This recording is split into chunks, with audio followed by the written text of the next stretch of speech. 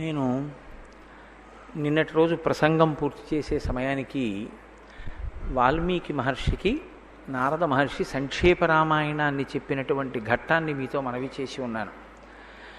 సంక్షేప రామాయణాన్ని చెప్పినప్పుడు శ్రీరామాయణంలో జరిగినటువంటి ప్రతి చిన్న విషయాన్ని, ఒక పాత్ర వేరొక పాత్రతో మాట్లాడినటువంటి ప్రతి మాటని ఆశాంతము నారద మహర్షి వాల్మీకి మహర్షికి చెప్పలేదు.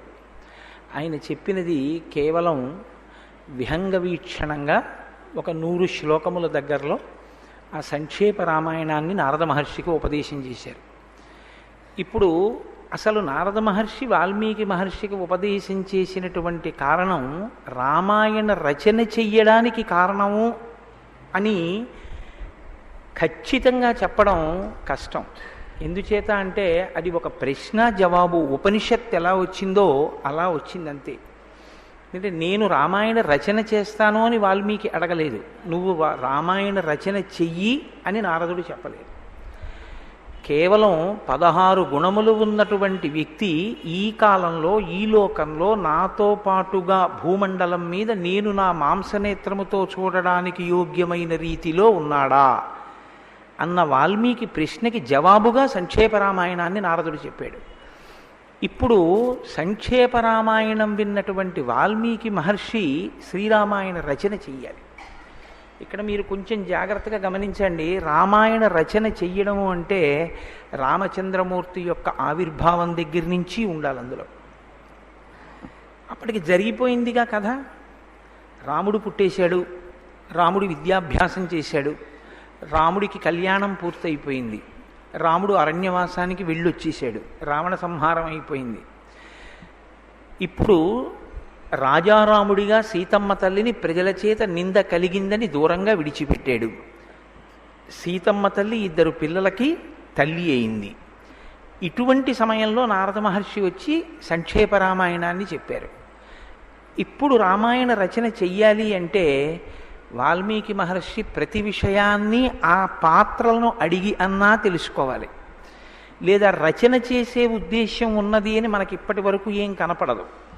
కానీ 100 శ్లోకముల దగ్గరలో ఉన్నటువంటి సంక్షేప రామాయణాన్ని విన్న వాల్మీకి మహర్షి యొక్క హృదయ స్థితిని మీరు గమనించవలసి ఉంటుంది.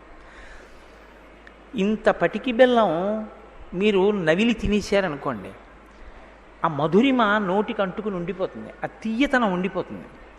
అలా సంక్షేప రామాయణాన్ని విన్నటువంటి వాల్మీకి మహర్షి యొక్క హృదయం పరవశించిపోయింది. ఎంత పరవశించిపోయిందంటే 100 శ్లోకాలలోనే చెప్పిన ఆయన విశేషమైనటువంటి ఆనందాన్ని పొందారు.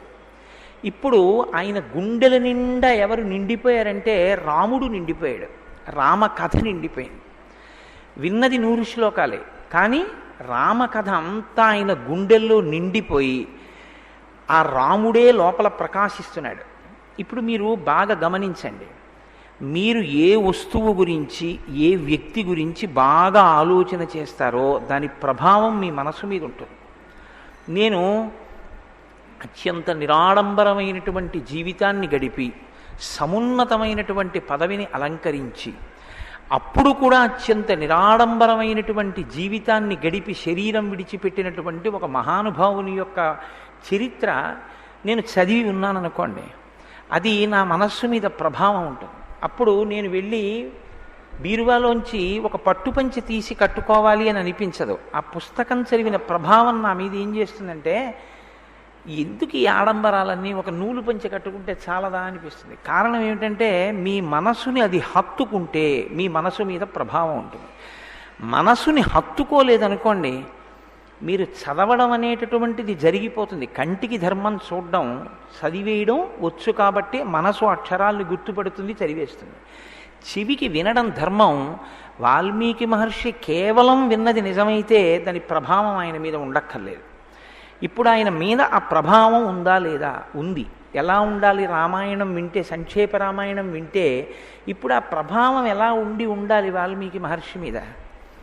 ఇది మీరు పట్టుకోవడానికి వాల్మీకి మహర్షి రామాయణంలోనే ఒక చమత్కారం ఉంది.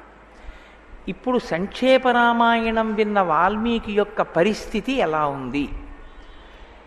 ఇది మీరు గమనించడానికి ఒక చిన్న ఆధారమే అన్నట్టుగా ఉంటుంది. వచ్చినటువంటి నారద మహర్షి సంక్షేప రామాయణం చెప్పడానికి వచ్చారు. చెప్పడం పూర్తయిపోయింది. చెప్పడం పూర్తయిపోగానే మళ్ళీ తన స్థితిలోకి తాను జారిపోయారు ఆయన. ఇది చాలా గమ్మత్తైనటువంటి ప్రక్రియ.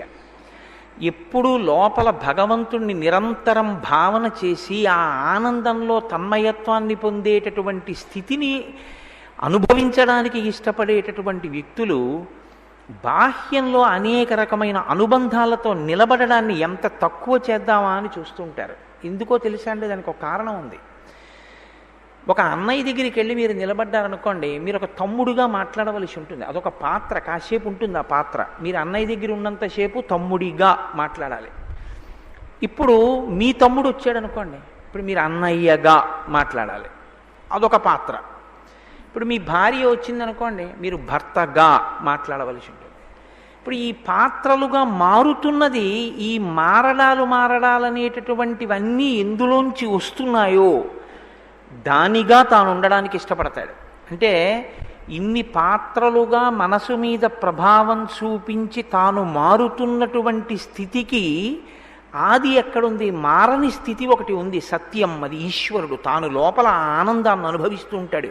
ఆయన తపస్వి వాగ్విదాం వరం, ఆయన నారదుడు. కాబట్టి ఇప్పుడు ఆయన ప్రయోజనం ఏమిటి? సంక్షేప రామాయణం చెప్పడం. చెప్పేశారు. చెప్పేసిన తర్వాత ఇంకా వాల్మీకి మహర్షి ఏం చేస్తారు? బాగా అందుకున్నారా, అందుకోలేదా, నీ చెప్పింది అర్థమైందా, అర్థం అవ్వలేదా, నీ చెప్పిన దానివల్ల ఏమైనా ప్రయోజనం సాధిస్తాడా, సాధించడా, ఇవి ఆయనకు అనవసరం. తాను చెప్పవలసింది చెప్పేశారు. ఆయనకి ఆ విశ్వాసం కూడా అలాగే ఉంటుంది గురువుకి. మీకు నారదుడు ఎలా ఉంటాడో శ్రీరామాయణం అంతా గురువుల యొక్క వైభవాన్ని ప్రకటనం చేస్తుందండి. చిట్ట చివర యుద్ధకాండలో అగస్త్యుడు వస్తాడు. ఆదిత్య హృదయం ఉపదేశం చేస్తాడు. జగామచ యథాగతం. యుద్ధం అయ్యే వరకు ఉండడు. నేను చెప్పాను, చచ్చిపోతాడంతే రావణుడు. ఆయనకి ధైర్యం, నమ్మకం, ఆయన వెళ్ళిపోతాడంతే.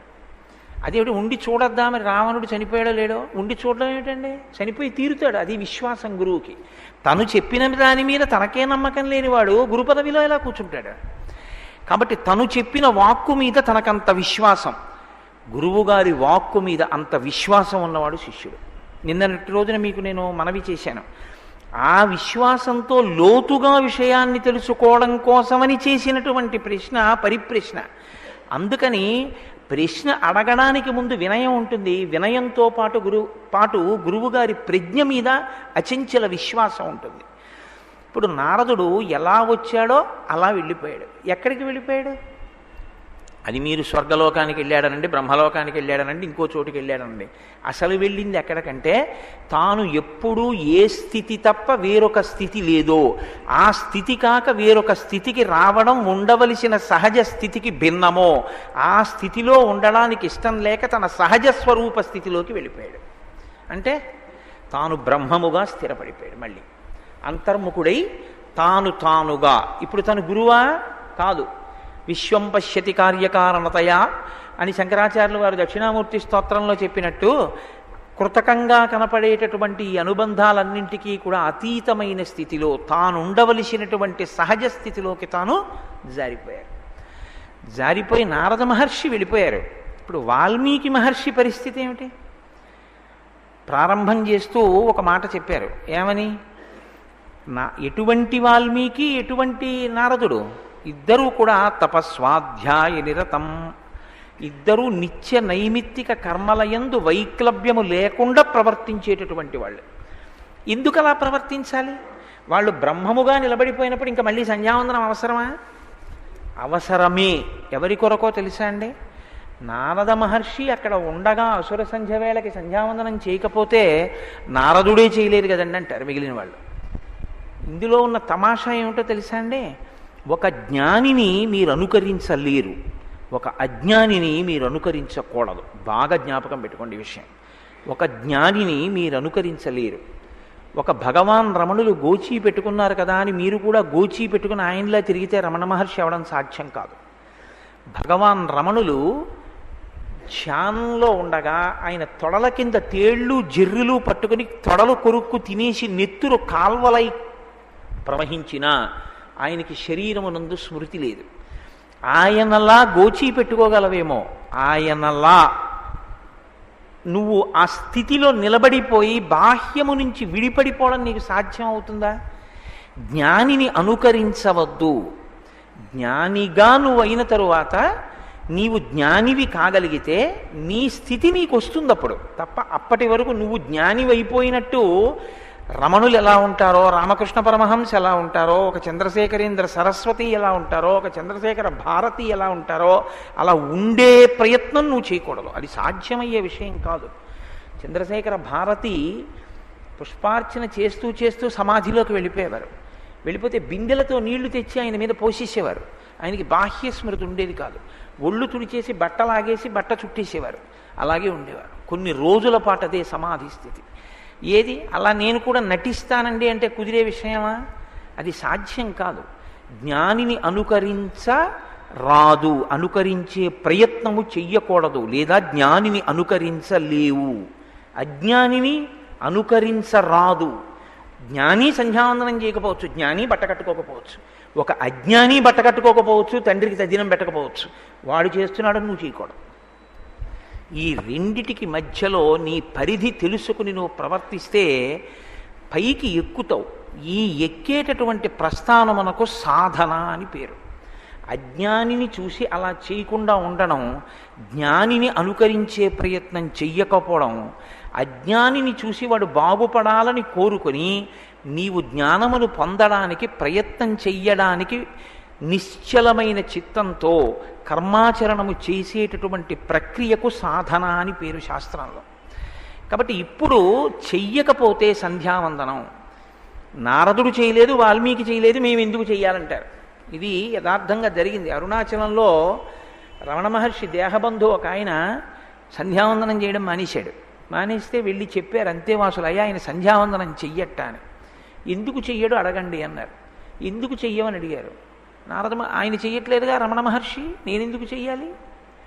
రమణ మహర్షి చెయ్యలేదు అంటే ఆయన నిద్రలో కూడా బ్రహ్మముగా రమిస్తారు. ఆయన ఇంకా శరీరం పడిపోయే స్థితి వచ్చేసింది. ఆయనకి సర్కోమా వ్యాధి పుట్టి చేతి మీద పుండు పుట్టింది. నిప్పి అంతా ఒక చోట పెడితే సర్కోమా అని పేరు. అందులో ఉన్న చెడు నెత్తురు లాగేయడం కోసమని జలగలు తెచ్చి కరిపించారు. కరిపిస్తే అవి నెత్తురు తాగేస్తున్నాయి. తాగుతుంటే ఆయన ఇలా కూర్చున్నారు. ఆ జలగలు ఎంతకీ కింద పడకపోతే లాగేశారు, వాటిని లాగేసి కింద పడేశారు. అవి నెత్తురు తాగి కదలకుండా ఉన్నాయి. ఆయన చూసి అన్నారు, ఓహో వీటికి బ్రాహ్మీ స్థితి అబ్బిందే అన్నారు. నువ్వు అనగలవా? ఎవరో అన్నారు మీకు సర్కోమా వచ్చింది, పుండు పడింది అన్నారు. ఆయన అన్నారు కాదు, శమంతకమని నా మోచి ఎక్కింది, ఎర్ర బంగారం పెడుతోందన్నారు నెత్తురు కారుతుంటే. ఆయన సాక్షి శరీరానికి. అది జ్ఞాని యొక్క స్థితి. కాబట్టి జ్ఞానిని అనుకరించే ప్రయత్నము చేయకూడదు. కానీ నిత్యనైమిత్తిక కర్మలు వారు ఎందుకు చేస్తారంటే నేను చేయకపోతే వీడు నేను చెయ్యక్కర్లేదని మానేస్తాడేమో అని చేస్తారు. హృదయం రామచంద్రమూర్తి యందు రమిస్తోంది వాల్మీకి మహర్షికి. ఇప్పుడు ఆయన అన్నారు, నారదస్యతు తద్వాక్యం శ్రుత్వా వాక్య విశారద పూజయామాస ధర్మాత్మా సహ శిష్యో మహాముని. శిష్యులతో కలిసి నారద మహర్షిని అర్చించిన పిదప నారద మహర్షి వెళ్ళిపోయారు. సముహూర్తం గతే తస్మిన్ దేవలోకం మునిస్తదా జగామ తమసా తీరం జాహ్నవ్యాస్త్వ విదూరతః. తమసా నదికి ఆయన మాధ్యాహ్నిక సంధ్యావందనం కొరకు బయలుదేరారు. ఎవరు? వాల్మీకి మహర్షి. ఇప్పుడు వెడుతున్నది మధ్యాహ్న కాలంలో సంధ్యావందనం చేసుకోవడానికి వెడుతున్నారు. సంధ్యావందనానికి ముందు స్నానం చెయ్యాలి. స్నానం చేయడానికి దగ్గరలో ఉన్నటువంటి తమసా నదీ తీరానికి వెడుతున్నారు. గురువుగారు తమసా నదిలో స్నానం చేసి సంధ్యావందనం చేయడానికి వెడుతుంటే శిష్యులు ఏం చేస్తారు? గురువుగారు సంధ్యావందనం చేసుకొస్తారంటే మనం ఎందుకని కూర్చుంటారా? అది కాదు శిష్యుడంటే. శిష్యుడంటే గురువుగారు ఏ పని చెయ్యబోతున్నారో తెలుసుకుని గురువుగారు ఆ పని చెయ్యడానికి ఉపక్రమించేటప్పుడు ఆయన మనస్సు దాని యందు స్థిరముగా నిలబడి ఆయన సంతోషించడానికి వీలైన రీతిలో దానికి కావలసిన బాహ్యోపకరణములను సిద్ధం చేస్తారు. గురువుగారు ఏం చేస్తారు? ఇప్పుడు సంధ్యావందనం చేసుకోవడానికి ఎడుతున్నారు అంటే ఆయన ఒక కలశ పట్టుకుని పెడతారు. ఆయన సంధ్యావందనం చేసుకోవడానికి ఎడుతున్నారంటే కట్టుకున్న బట్టతో స్నానం చేస్తారు. ఆయన ఇప్పుడు ఆయన తడిబట్ట విప్పేసి ఓ పొడి బట్ట కట్టుకుంటారు, కట్టుకుని సంధ్యావందనం చేసుకుంటారు. కాబట్టి ఇప్పుడు వేళ అవుతోంది, తమసా నదికి వెళ్ళాలి సంధ్యావందనానికి అన్నారు. అంటే ఇప్పుడు శిష్యుడు ఏం పట్టుకుని బయలుదేరాలి? శిష్యుడు గబగబా ఆయనకు ఒక పొడి బట్ట, ఒక నీటి పాత్ర పట్టుకుని ఆయన వెనకాతల వెళ్ళాలి. ఇది తండ్రి హృదయాన్ని కొడుకు ఎలా తెలుసుకుంటాడో గురువు హృదయాన్ని శిష్యుడు అలా తెలుసుకుంటాడు. అందుకే గురువు పక్కన శిష్యుడు ఉండి గురువు గారికి శుశ్రూష చేసేటటువంటి భాగ్యం లభించడం జన్మజన్మాంతర సుకృతం. అసలు నిక్కచ్చిగా మాట్లాడాలంటే ఆ శుశ్రూష చేసేటటువంటి అదృష్టం కొన్ని కోట్ల జన్మల తర్వాత లభిస్తుంది, అది అందరికీ లభించదు. ఎందుకంటే గురువుగారి యొక్క ప్రవర్తనని చూడగలిగినటువంటి అదృష్టం శిష్యుడికి పడుతుంది. ఆయన ఏం చేస్తూ ఉంటారు, ఆయన ఎలా ప్రవర్తిస్తూ ఉంటారు, ఆయన ఏం మాట్లాడుతూ ఉంటారు, ఆయన ఎంతసేపు ఎందులో కూర్చుంటూ ఉంటారు, ఆయన మనసు ఎందులో రమిస్తూ ఉంటుంది, ఆయన దేన్ని చికాకు పడుతూ ఉంటారు, ఇవి బాగా అర్థమవుతాయి. గురువుగారిని సేవించడం అంటే పరబ్రహ్మమును సేవించడమే. పరబ్రహ్మమును సేవించడం చాలా కష్టం, మీ మనసు పెట్టాలి. గురువుగారిని సేవించడం చాలా తేలిక. ఎందుకో తెలుసా అండి? గురువుగారు నిత్యతృప్తుడు, ఆయనకి ఏమి లోపల కోరికలేమి ఉండవు కాబట్టి బిడ్డని ఎలా చూస్తాడో గురువు తన శిష్యుడిని అలా చూస్తాడు. ప్రతి క్షణం కూడా అయ్యో పాపం నా బిడ్డ వాడు తిన్నాడో లేదో అని ఎలా తాపత్రయపడతాడో శిష్యుడి గురించి అలా తాపత్రయపడతాడు. పిల్లవాడు వాడు కాకపోతే ఎవరు చేస్తారు తప్పు అన్నట్టే శిష్యుడు దోషం చేస్తే మన్నించి అలా చేయకు ఇలా చేయి అని చెప్తాడు. కాబట్టి గురు శుశ్రూష చేసేటటువంటి భాగ్యం లభించేది కాదు. ఆ శుశ్రూష చేసేటప్పుడు ఆ ఉత్సాహం ఉండాలి. గురువుగారు కదిలితే, గురువుగారు బయలుదేరితే, గురువుగారి వెంట వెళ్ళడం అంటే చాలా అదృష్టం అండి. అది లభించమంటే లభించేటటువంటి అవకాశం కాదు. కాబట్టి ఇప్పుడు వెనకాతల బయలుదేరాడు శిష్యుడు, భరద్వాజుడు అని పేరు ఆయనకి. ఆ శిష్యుడు కూడా గురువుగారి వెంట బయలుదేరాడు. గురువుగారి వెంట ఆయన ఏం దేవాలయాలకి తీర్థయాత్రలకి వెళ్ళటలేదు, సంధ్యావందనానికి వెళ్తున్నారు. మొత్తం 100 మంది శిష్యులు అనుగమించారు. మనసెరిగిన శిష్యుడు ఒకడు గబగబా ఆ వల్కాన్ని దాన్ని 11 గంటలకే సిద్ధం పెట్టేసుకుంటాడు, గురువుగారు సంధ్యావందనానికి వెడతారు మనం వెళ్ళాలని. కాబట్టి ఇప్పుడు అతను బయలుదేరాడు. ఇద్దరూ కలిసి తమసా నది దగ్గరికి వెళ్ళారు. ఇప్పుడు తమసా నదిలో దిగి స్నానం చెయ్యాలి వాల్మీకి మహర్షి. ఆయన ఒకసారి నది ఒడ్డున నిలబడ నీటి వంక చూశారు. మీరు జాగ్రత్తగా గమనించండి, ఇది ఎప్పుడైనా ఎవరైనా చేసే పని. నేనే గంగానదిలో స్నానానికి కాశీ పట్టణానికి వెళ్ళాను అనుకోండి, అమాంతం గంగ కనపడగానే దూకేనుగా. ఓసారి ఒడ్డున నిలబడి ఆ మెట్ల మీద నిలబడి ఆ గంగా తీరాన్ని, ఆ ప్రవహిస్తున్నటువంటి నీటిని, దూరంగా ఉన్న ఇసుక తిన్నెల్ని, వెనక్కి తల తిప్పితే కనపడే విశ్వనాథుడి దేవాలయ శిఖరాన్ని, స్నానం చేస్తున్నటువంటి మహాత్ముల్ని చూసి ఆ గంగ నీటికి ఒక నమస్కారం చేసి, అమ్మాయి ఎంత అదృష్టమమ్మాయి, నాళ్ళకి స్నానానికి వచ్చానమ్మా, అమ్మాయిని పిలిచిన నరు పొమ్మాయని ముక్తి కడకు బుత్తువట, లిమ్మా నీ రూపముతో రమ్మా నాకెదురంగ గంగ రమ్యతరంగా అంటాడు పరీక్షిత్తు భాగవతంలో. అమ్మా గంగా, ఎన్నాళ్ళకు వచ్చానమ్మా, నా అదృష్టమమ్మా, నా పాపాలు పోతున్నాయమ్మా, అమ్మలను మించిన అమ్మవి కదమ్మా అని ముందు లోపల ఆనందం పొందిన తరువాత అందులో అడుగు పెట్టి మునక వేస్తాడు. అలా ఆయన కూడా తమసా నది నీటి వంక చూశారు. ఒక ఋషికి ఏం కనపడాలి? ఆ నీటిలో ఒక పవిత్రత, నీటిలో ఒక ఈశ్వర విభూతి ఆయనకి సాక్షాత్కరించారు. ఆయన అంటున్నారు వాల్మీకి మహర్షి, అకర్దమమిదం తీర్థం భరద్వాజ నిశామయ రమణీయం ప్రసన్నాంబు సన్మనుష్య మనోయథా. ఆయన ఓ భరద్వాజ నిశామయ, భరద్వాజ శిష్యుడా చూడబోయ్. ఏమిటి చూడాలి? ఇద్దరు చూస్తున్నారుగా నీటిని. గురువు ఏ కళ్ళజోళ్ళలోంచి చూస్తున్నాడో ఆ కళ్ళజోళ్ళలోంచి చూడమంటున్నారు శిష్యుణ్ణి. ఎందుకు ఇది ఏదైనా ఉపదేశమా? అలా చూడాలా నీటిని? కాదు. ఇది శిష్యుడికి చెబుతున్న మాట కాదు, కావాలని ఏదో అతనికి చెప్తే అతను నేర్చుకోవలసిన విషయం అందులో ఏం లేదు. మరి ఎందుకు చెప్తున్నారు వాల్మీకి మహర్షి? దాన్ని రామాయణంలో అంత గొప్పగా రాయవలసిన అవసరం ఏమిటి ఈ శ్లోకాన్ని? అంటే వాల్మీకి హృదయం ఎలా ఉందో మీకు ఇప్పుడు అర్థమవుతుంది. నేను ఇంట్లో ఏ పరిస్థితుల్లో బయలుదేరి బయటికి వచ్చానో ఆ ప్రభావం నా మనసు మీద ఉంటుంది. నేను ఎవరితోనో అరగంట సేపు పెద్ద గొడవ పెట్టుకుని కారు దిగాను అనుకోండి, ఈశ్వరుని యొక్క అనుగ్రహం చేత అటువంటివి జరగకుండుగాక. వస్తే ఏమవుతుంది, మనసు ఆ వ్యగ్రతతో ఉంటుంది. అప్పుడు గబుక్కుని ఎవరో నలుగురు వచ్చి నమస్కారం, ఎందుకు అలా మీద పడతారు, చికాకు పడతాడు. ఎందుకని వాళ్ళు ఏం చేశారు, వాళ్ళు ప్రసన్నంగా ఉన్నారు, నువ్వే లేవు. నీ మనసు వ్యగ్రతతో ఉంది, అది ప్రభావాన్ని చూపిస్తుంది. ఇప్పుడు వాల్మీకి మహర్షి భరద్వాజుడికి చెప్పేది చాలా గొప్ప వేదాంతం, ఏం చెప్పట్లేదు శిష్యుడికి. వాల్మీకి మహర్షి యొక్క మనోస్థితి ఎలా ఉందో మీకు అర్థమవుతుంది ఈ శ్లోకంలో. అకర్దమమిదం తీర్థం, ఈ నీటిని చూశావా భరద్వాజ, బురద లేదు. రమణీయం ప్రసన్నాంబు, నీరు చూశావా ఎంత రమణీయంగా ఉందో, ఎక్కడా నిర్మలంగా మట్టి లేకుండా చక్కగా స్వచ్ఛంగా ఉన్నాయి నీళ్లు.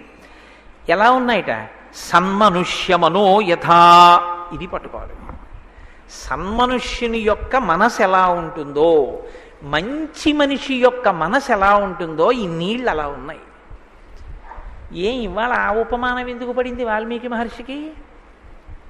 మంచి మనిషి 16 గుణములు ఉన్నవాడు ఎవరని అడిగారు నారదుణ్ణి. 16 గుణములు ఉన్న మహాపురుషుడెవరో నారదుడు సంక్షేప రామాయణం చెప్పాడు. అంత గొప్ప హృదయం ఉండి అంత మంచి మనిషి అయినటువంటి రాముడు ఆయన గుండెల నిండా నిండిపోయాడు.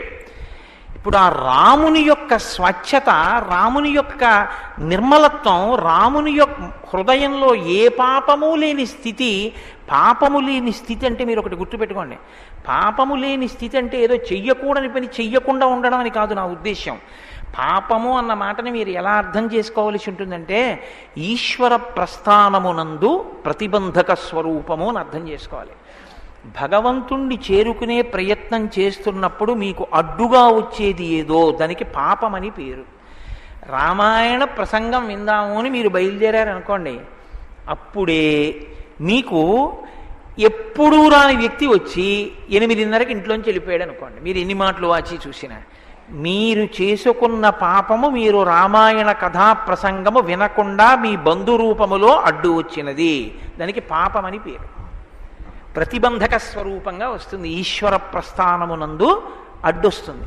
ఈశ్వరానుగ్రహం ఉందనుకోండి, అసలు మనం వెడతామా అన్నది వెళ్ళేట్టు చేస్తుంది, అంతే తేడా. ఇది నిలబెట్టుకోవాలి, ఇది నిలబెట్టుకుంటే మీరు ఈశ్వరానుగ్రహాన్ని పరిపుష్టం చేసుకుంటారు. నేను వెళ్ళగలిగానన్నారు అనుకోండి, అవును నువ్వే వెళ్ళగలిగా ఉంటాడు, ఇంకోసారి సంకల్పం చేయి. ఇది తెలుసుకోవాలి. సన్మనుష్యమనో యథా, లోపల రాముడు ఉన్నాడు. ఏమిటి బురదలేనితనం? రాముని యొక్క ప్రస్థానంలో ప్రతిబంధకాలు వచ్చి నిలబడవు. ఎందుకు నిలబడవు అంటే, ఆయన మనస్సుతో కాని శరీరంతో కాని వేద విరుద్ధమైనటువంటి అధర్మమైన పని చేసినటువంటి వాడు కాడు.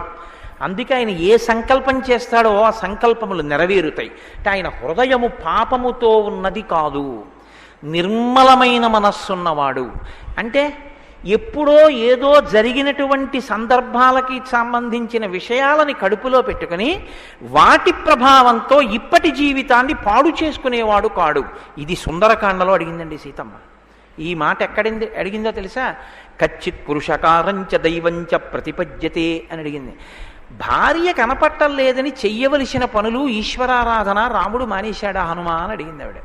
ఎంత పెద్ద మాట అండి. మీరు చూడండి, ఇవాళ పంపు రావట్లేదండి అన్నారనుకోండి, అంతే. మొట్టమొదట మనం మానేసేది ఏమిటంటే సంధ్యావందనం, తర్వాత మానేసేది ఏమిటంటే పూజ, తప్పకుండా మినహాయింపు లేకుండా చేసేది టిఫిను కాఫీ. అంటే ఎందువల్ల మీరు రాజీ పడగలుగుతున్నారు అంటే, ఏదైనా ఒక చిన్న విషయం వచ్చింది అనేటప్పటికీ దానితో వ్యగ్రత పొందుతాడనమాట. తన వ్యక్తిత్వం అంతా ఏమైపోతుందంటే సన్నివేశంతో ముడిపడిపోతుంది. ఓ పీట కాలు మీద పడిందండి, ఆ వేళ్ళు నిప్పి చేసేయి. ఏమంటే పూజ చేసుకుంటారా మీరు? అయితేనే ఇవాళ పొద్దున మన్నీళ్ళు పెట్టేనా అందనుకోండి. ఏం పూజ చేసుకోను నా బుర్ర, పీట పడిపోయింది కదా కాలు మీద. ఆహా పోన్లేండి, అయితే పూజ చేసుకోరు కదా. పోనీ అయితే పీట వేయినా కూర్చుంటారా, కుర్చీలో కూర్చుని చేసుకుంటారా? సంధ్యావందనం మానకూడదు కదా. ఏమిటి కుర్చీలో కూర్చుని చేయడం? వాడు అటు ఇటు తిరుగుతుంటాడు, ఆ మనవడు వాడు ఏ కాలు తొక్కేస్తాడో భయం. అన్నం తింటారా అని అడిగారు అనుకోండి, ఏం తిన్నాం? 4 అడుగులు వేసి వచ్చి అక్కడ నిలబడదామంటే ఎలా కూర్చోను? కాలు మీద తొడ ఒత్తుకుందంటే నొప్పి వస్తోంది. ఆఫీస్కి ఎడతారా, బూట్లో కాలు ఎలా పెట్టను? అంటే ఏ పని మీరు చెప్పండి, ఆయనకి కాలు మీద పడిన పీటతో మమేకం చెందింది వ్యక్తిత్వం. ఇది ఏమిటంటే ఇటువంటి వాళ్ళు ప్రతి చిన్న సంఘటనతో మమేకమై తాము చెయ్యవలసినటువంటి విహిత కర్మాచరణమునందు వైక్లభ్యమును పొందుతారు. రాముడు అటువంటి వాడు కాడు. సంఘటనలు అన్నవి జరుగుతాయి. జీవితం అన్న తర్వాత ఎత్తుపల్లాలుంటాయి, ప్రస్థానాలుంటాయి. దానికోసం ఈశ్వరార్చన విడిచిపెట్టడం కుదరదు. అది నా జన్మ ప్రయోజనం, దాన్ని నేను వదలలేను. ఒకటి రాముడు ఏం చేస్తాడంటే భార్యను ఎవరో ఎత్తుకుపోయారు, సంధ్యావందనం చేసేస్తాడు. జటాయువు చచ్చిపోయాడు, అగ్నిహోత్రం చేసేస్తాడు. దశరథ మహారాజు గారు చచ్చిపోయారని తెలిసింది, వెంటనే తనేం తింటాడో దాంతో పితృతర్పణం చేస్తాడు. అంటే విహిత కర్మాచరణం ఏది చెయ్యాలో అది వదిలిపెట్టాడు, అది చేస్తాడు తప్ప చెయ్యవలసింది వదిలిపెట్టేసి జరిగిన సంఘటనతో మమేకమై ఏడుస్తూ కూర్చోవడమో నవ్వుతూ కూర్చోవడమో రాముడికి రాదు. రామాయణం వినడానికి పనికొచ్చేది కాదు, అనుష్ఠాన పర్యంతంలోకి రావలసింది. మీరు కూడా రాముడు కాగలరు. ఎప్పుడు మిమ్మల్ని మీరు ఇది పరిశీలించుకోవడం మీకు రావాలి. ఏదో ఒక చిన్న సన్నివేశంతోటో సందర్భంతోటో మమేకమై నా జన్మ ప్రయోజనాన్ని నేను విస్మరిస్తున్నానా? ఏది జన్మ ప్రయోజనం? ఈ శరీరంతో రావడం మహత్భాగ్యం. ఇది ఉంటే నేనేం చేయగలనంటే ఈశ్వరుణ్ణి చేరుకునేటటువంటి మార్గంలో నడవగలను. నాకు ఒక కారు ఉందనుకోండి, నేను ఆ కారులో కూర్చుని సుఖంగా ప్రవచన మందిరానికి రాగలను. కారు ఎంతవరకు పనికి వస్తుంది? నన్ను తీసుకుని అక్కడ వరకు తీసుకొస్తుంది. అంతేకాని ఓ కారా నన్ను ఇంటి నుంచి ఇక్కడ వరకు ఏసీలో చల్లగా తీసుకొచ్చావు, పాపం నువ్వు అక్కడ ఉండిపోవడం నేను ఇక్కడ కూర్చోవడం ఏమిటి, నువ్వు కూడా వేదిక మీదకి రా అన్నాను అనుకోండి, మాస్టర్ చాలు 2 రోజులు రామాయణం అంటారు మీరు కదా. ఎందుకంటారు? ఒక్కటే కారణం, అది వస్తువుని ఎక్కడ వరకు ఉపయోగించుకోవాలో తెలియనితనం. ఈ శరీరంతో మీరు వచ్చింది ఎందుకు? మీరు తరించడానికి. ఈ జన్మలో ఓ ఆఫీసరు, ఈ జన్మలో ఓ తమ్ముడు, ఈ జన్మలో ఓ అన్న, ఈ జన్మలో ఓ భార్య. కాతే కాంతా కస్తే పుత్ర సంసారోయమతీవ విచిత్ర కస్యత్వం కక్కుతయాయాత తత్వం చింతియ తదియభ్రాత. ఊపిరాగిపోయిన మరుక్షణంలో ఈ పాత్రలన్నీ అంతర్ధానం అయిపోతున్నాయి. మరి నీ జన్మ ప్రయోజనం నశించిపోవట్లా? సంఘటనలు జరగకుండా ఉంటాయా? ఏదో ఒకటి జరుగుతూనే ఉంటుంది. లేచిన తర్వాత ఓ ఫోన్ ఏదో ఒకటి రాకుండా ఉంటుందండి, ఎక్కడి నుంచో ఏదో వస్తుంది. దానికి నువ్వు మానేసేది సంధ్యావందనం పూజనా? దానికోసం నువ్వు ఆ రోజున గజేంద్ర మోక్షం చదువుకోవడం మానేస్తావా? దానికోసం నువ్వు గుడికి వెళ్ళడం మానేస్తావా? నీ ప్రయోజనం ఏమైపోతుంది? నీ జన్మ ఏమైపోతుంది? నువ్వు ఈ శరీరాన్ని పొందినందుకు ఉపయోగం ఏమైపోతుంది? ఇది కమలాక్షు నర్చించు కరములు కరములు శ్రీనాథు వర్ణించు జిహ్వ జిహ్వ సురరక్షకుని చూచు చుట్కులు చుట్కులు శేషసాయికి మృక్కు శిరము శిరము విష్ణునాకర్ణించు వీనులు వీనులు మధువైరిద విలిన మనము మనము భగవంతు వలగును పదములు పదములు పురుషోత్తముని మీది బుద్ధి బుద్ధి దేవదేవుని కీర్తించు దినము దినము చక్రహస్తుని ప్రకటించు చదువు చదువు కుంభినీదవు చెప్పెడి గురుడు గురుడు తండ్రి హరిచేరుమని ఎడి తండ్రి తండ్రి అంటాడు ప్రహ్లాదుడు. నీకొక రోజు సార్థకత పొందింది అంటే నువ్వు దీనితో ఎందుకు వచ్చావో దానికి దీన్ని ఆ రోజు ఉపయోగించావా? ఏదో ఒకటి విన్నానని చెప్పి దాంతో మమేకం చెంది దీన్ని విడిచిపెట్టావా? ఇది తెలుసుకోగలిగితే లోపల ప్రతిబంధకాలు నిలబడకుండా విహిత కర్మాచరణమునందు పూనికతో ఉన్నవాడు. ఇది ఎందువల్ల కనపడుతోంది? నదిలో ఆ నీటిని చూస్తే ఎందుకు ఇలా మాట్లాడగలుగుతున్నారు వాల్మీకి మహర్షి? ఆయన గుండెల నిండా రాముడు నిండిపోయాడు. పరమదయాళువైన రాముడు, ఎవరి మీద కోపం పెట్టుకోని రాముడు, ఎవడు ఎంత పాపం చేసినా క్షమించగలిగిన రాముడు, మార్చుకుంటాడేమోనని అవకాశం ఇచ్చే రాముడు, ఉదారుడైనటువంటి రాముడు, మన్నించగలిగిన రాముడు, ఏదైనా ఇచ్చేయగలిగినటువంటి రాముడు, ఇంకోడు సంతోషిస్తే సంతోషించగలిగిన రాముడు, తనకంటూ వేరు సంతోషం లేని రాముడు. రాముడి సంతోషం ఏమిటంటే మీ సంతోషం తన సంతోషం, రాముడి సంతోషం ఇంకా వేరే ఏం లేదు. సీతమ్మ సంతోషం మన సంతోషం, ఆవిడ సంతోషం ఆవిడ సంతోషం, ఇంకా వేరే ఏం లేదు. ఇది రాముడు. అబ్బా ఏమి రాముడు, ఎంత నిర్మల హృదయం, ఇదిగో ఈ నీటిలా ఉంది. కాబట్టి ఈ నీరు ఎలా ఉందో అలా ఉన్నాడయా సన్మనుష్యమనో యథా. సన్మనుష్యుడు, చక్కని సహృదయుడైనటువంటి మనుష్యుని యొక్క మనసు ఎలా ఉంటుందో ఈ నీళ్ళు అలా ఉన్నాయి. ఎందుకు వచ్చింది ఈ మాట? గుండె నిండా రాముడు నిండిపోయాడు. ఇంత గొప్ప ఆనందాన్ని అనుభవిస్తున్నప్పుడు దీనికి పూర్తి విరుద్ధంగా ఒకటి జరిగిందనుకోండి. ఇది మీరిప్పుడు పట్టుకోవాలి జరిగిన సన్నివేశాన్ని. ఈశ్వరుడు ఏది కాకతాళీయంగా జరిగినవి కావు. రామాయణం రావాలి అంటే ఎన్ని పరీక్షలు జరిగితే రామాయణం వచ్చిందో చూడండి. సీతమ్మ తల్లి ముందు వెళ్ళింది, లవకుశులు పుట్టారు, శిష్యులు దొరికేట్టు చేసింది, నారదుడు వచ్చాడు, బుద్ధి ప్రచోదనం చేయించి ప్రశ్న వేయించింది, సంక్షేప రామాయణం చెప్పించింది, వాల్మీకి హృదయం నిండిపోయింది. ఇప్పుడు ఆ తమసా నది యందు స్నానం చేసే ముందు ఆయన హృదయంలోకి రాముడు ప్రవేశించాడో లేడో, నారదుడు చెప్పి వెళ్ళిపోయాడో, వాల్మీకి హృదయంలో ప్రవేశించాడో లేదో మీకు ఈ శ్లోకం వల్ల తెలుస్తుంది. అందుకు ఆ శ్లోకం. ఇప్పుడు మనసు నిండా రాముడు. ఈ మనసు నిండా ఉన్నటువంటి రాముడు సంతోషంతో ఆనందంతో ఇప్పుడు ఆయన దిగుతున్నాడు. దేనికి దిగుతున్నాడు? సంధ్యావందనం చేయాలి.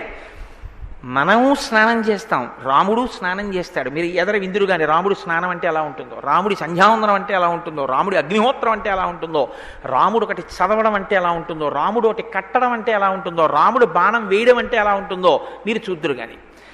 ఇప్పుడు ఆయన ఇన్నాళ్ళు చేశాడు సంధ్యావందనం. ఇప్పుడు రాముడు గుండె నిండా నిండిపోయిన తర్వాత నీటిలోకి ప్రవేశిస్తుంటే ఆయన మనసు ఆనందంతో నిండిపోయింది. ఎందుకు నిండిపోవాలి అంటే ఆయనని విడిచి ఉండలేక అనుగమించి వచ్చినటువంటి లక్ష్మణుడు గుర్తొస్తాడు కదండి రాముడు అనేటప్పటికే. ఎందుకు వచ్చాడు లక్ష్మణుడు? వెళ్ళమన్నారా ఎవరన్నా? ఎవరు వెళ్ళమని లేదు. ఎందుకు వచ్చేసాడు?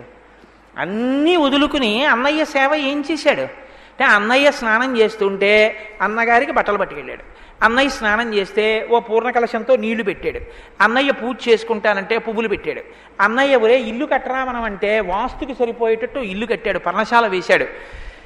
ఇన్ని చేసినటువంటి లక్ష్మణుడు రాముణ్ణి ఎలా అనుగమించాడో అలా ఈ భరద్వాజుడు నన్ను అనుగమించి నేను సంధ్యావందనం చేసుకోవడానికి వస్తే నేను స్నానం చేసి సంధ్యావందనం చేసుకున్న తరువాత తాను చేసుకోవాలని నన్ను సేవించడానికి నా వెంట వచ్చాడు.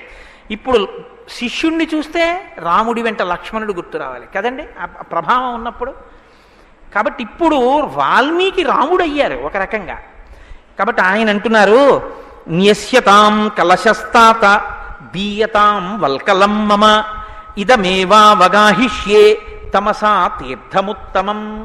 ఉత్తమమైనటువంటి ఈ తమసా తీర్థంలో నేను దిగి స్నానం చేస్తాను. నాయనా భరద్వాజ, న్యస్యతాం కలశస్తాత, ఆ నీటిని తీసుకెళ్ళడం కోసం నువ్వు తీసుకొచ్చిన కలశం ఉందే దాన్ని కింద పెట్టు. దీయతాం వల్కలం మమ, నువ్వు పట్టుకొచ్చిన బట్టలున్నాయే అవి ఇలా అయ్యి. అంటే మీకు ఏమర్థం అవుతోంది? ఇప్పుడు ఎవరు పట్టుకున్నారు పాత్ర? శిష్యుడు పట్టుకున్నాడు. ఎవరు పట్టుకున్నాడు వస్త్రాలు వాల్మీకి కట్టుకోవలసినవి? శిష్యుడు పట్టుకున్నాడు.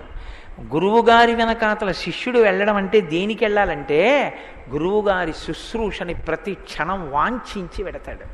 అంటే ఇవి అతను పట్టుకున్నాడు, అతని దగ్గర గురువుగారు ఇప్పుడు పుచ్చుకుంటున్నాడు. ఇది ఒక శిష్యుడు గురువుని అనువర్తించేటటువంటి విధానం. రాముడు లక్ష్మణుడి పట్ల ఎంత ప్రీతి చెందాడో అలా తన శిష్యుడి పట్ల గురువు అంత ప్రీతి చెందుతున్నాడు. దేనికంత ప్రీతి? ఎందుకు శిష్యుడితో ఆ తమసా నది తీర్థం చూపించి నాన్న నేను దిగుతున్నాను స్నానానికని చెప్పడం అది చెప్పవలసిన పెద్ద విషయమా? కాదు. గురువు బాగా గుర్తుపెట్టుకోండి, గురువు కోరుకునేది ఏదీ ఉండదు. అలా కోరుకున్న నాడు వాడు గురువు కాదు, బరువు. గురువు ఎప్పుడంటే గురువుకి తాను పొందవలసినదన్నది ఏమీ లేదు అసలు. ఇంకా తాను పొందవలసింది ఈశ్వరుడు ఒక్కడే. అది తాను లోపల ఆనందం అనుభవిస్తున్నాడు. ఇంకేం కావాలి నాకు? నాకేం అక్కర్లేదంటాడు. మీకు ఇది కావాలా అని అడిగారు అనుకోండి, నాకు ఎందుకండి అంటాడు. మీకు లేదు కదండి అన్నారు అనుకోండి, నాకు లేకపోవడం ఏమిటండి అంటాడు. అది గురువు అంటే. రమణ మహర్షికి ఒళ్ళు తుడుచుకోవడానికి ఒక తువ్వాలు ఉండేది. అందరికన్నా ముందు లేచి 3ంటికి స్నానం చేసి ఆ తువ్వాలు చెట్టు త్వరలో పెట్టేవారు. ఒకప్పుడు శిష్యులు అందరూ కలిసి, అందులో హైకోర్టు జడ్జెస్ కూడా ఉన్నారు, గురువుగారు తుడుచుకునే తువ్వాలు ఒకసారి చూద్దాం అందులో పెడుతున్నారు రోజునని చెప్పి త్వరలోంచి తీశారు. అందులో నూలు పోగులు తక్కువ, కన్నాలు ఎక్కువ. వాళ్ళు చూసి అన్నారు, భగవన్ మీకు ఇంతమంది శిష్యులు ఉన్నాం, ఒక తువ్వాలు కొనివ్వండి. ఏమిటండి తువ్వాలని అడిగారు. ఆయన అన్నారు, ఎవరు చెప్పారు మీకు అది తువ్వాలని? మీరు నాకు తువ్వాలు తేగలరా? నేను ఒళ్ళు తుడుచుకునే తువ్వాలు ఏమిటో తెలుసా? దేవేంద్రుడు సహస్రాక్షుడు 1000 కన్నాలు ఉన్నట్టు కనపడుతుంది, అది ఇంద్రుడు. ఇంద్రుడితో తుడుచుకుంటాను, మీరెక్కడ తేగలరా నాకు ఇంద్రుడిని తువ్వాలుగా? ఇది తృప్తి అంటే. గురువు నిత్యతృప్తుడు. అంత తృప్తితో ఉంటాడు ఆయన. ఆయనకి అసలు ఇది ఏదో ఇంకోటి ఏదో కావాలనే ఆలోచన ఏం ఉండదు ఆయనకి. అలా ఉండేంత ఖాళీగా ఆయన మనసేం ఉండదు. కాబట్టి శిష్యుడు ఒక కలశపాత్ర పట్టుకొచ్చాడని, శిష్యుడు తనను అనుగమించాడని, శిష్యుడు బట్టలు పట్టుకొచ్చాడని పొంగిపోతున్నాడు ఆయన. ఇది గురువు పొంగు అంటే. ఇలాంటి పొంగు మీకు లోకంలో ఎక్కడా కనబడదు. ఎంత చేసినా ఇంకా ఏదో చేయలేదని ఏడిచేవాళ్ళు ఉంటారు. ఒక్క గురువు మాత్రం చిన్నదానికి అంత పొంగిపోతాడు. ఒక గురువు యొక్క స్థితిని, ఒక గురువు యొక్క వైభవాన్ని ఆవిష్కరిస్తోంది రామాయణం.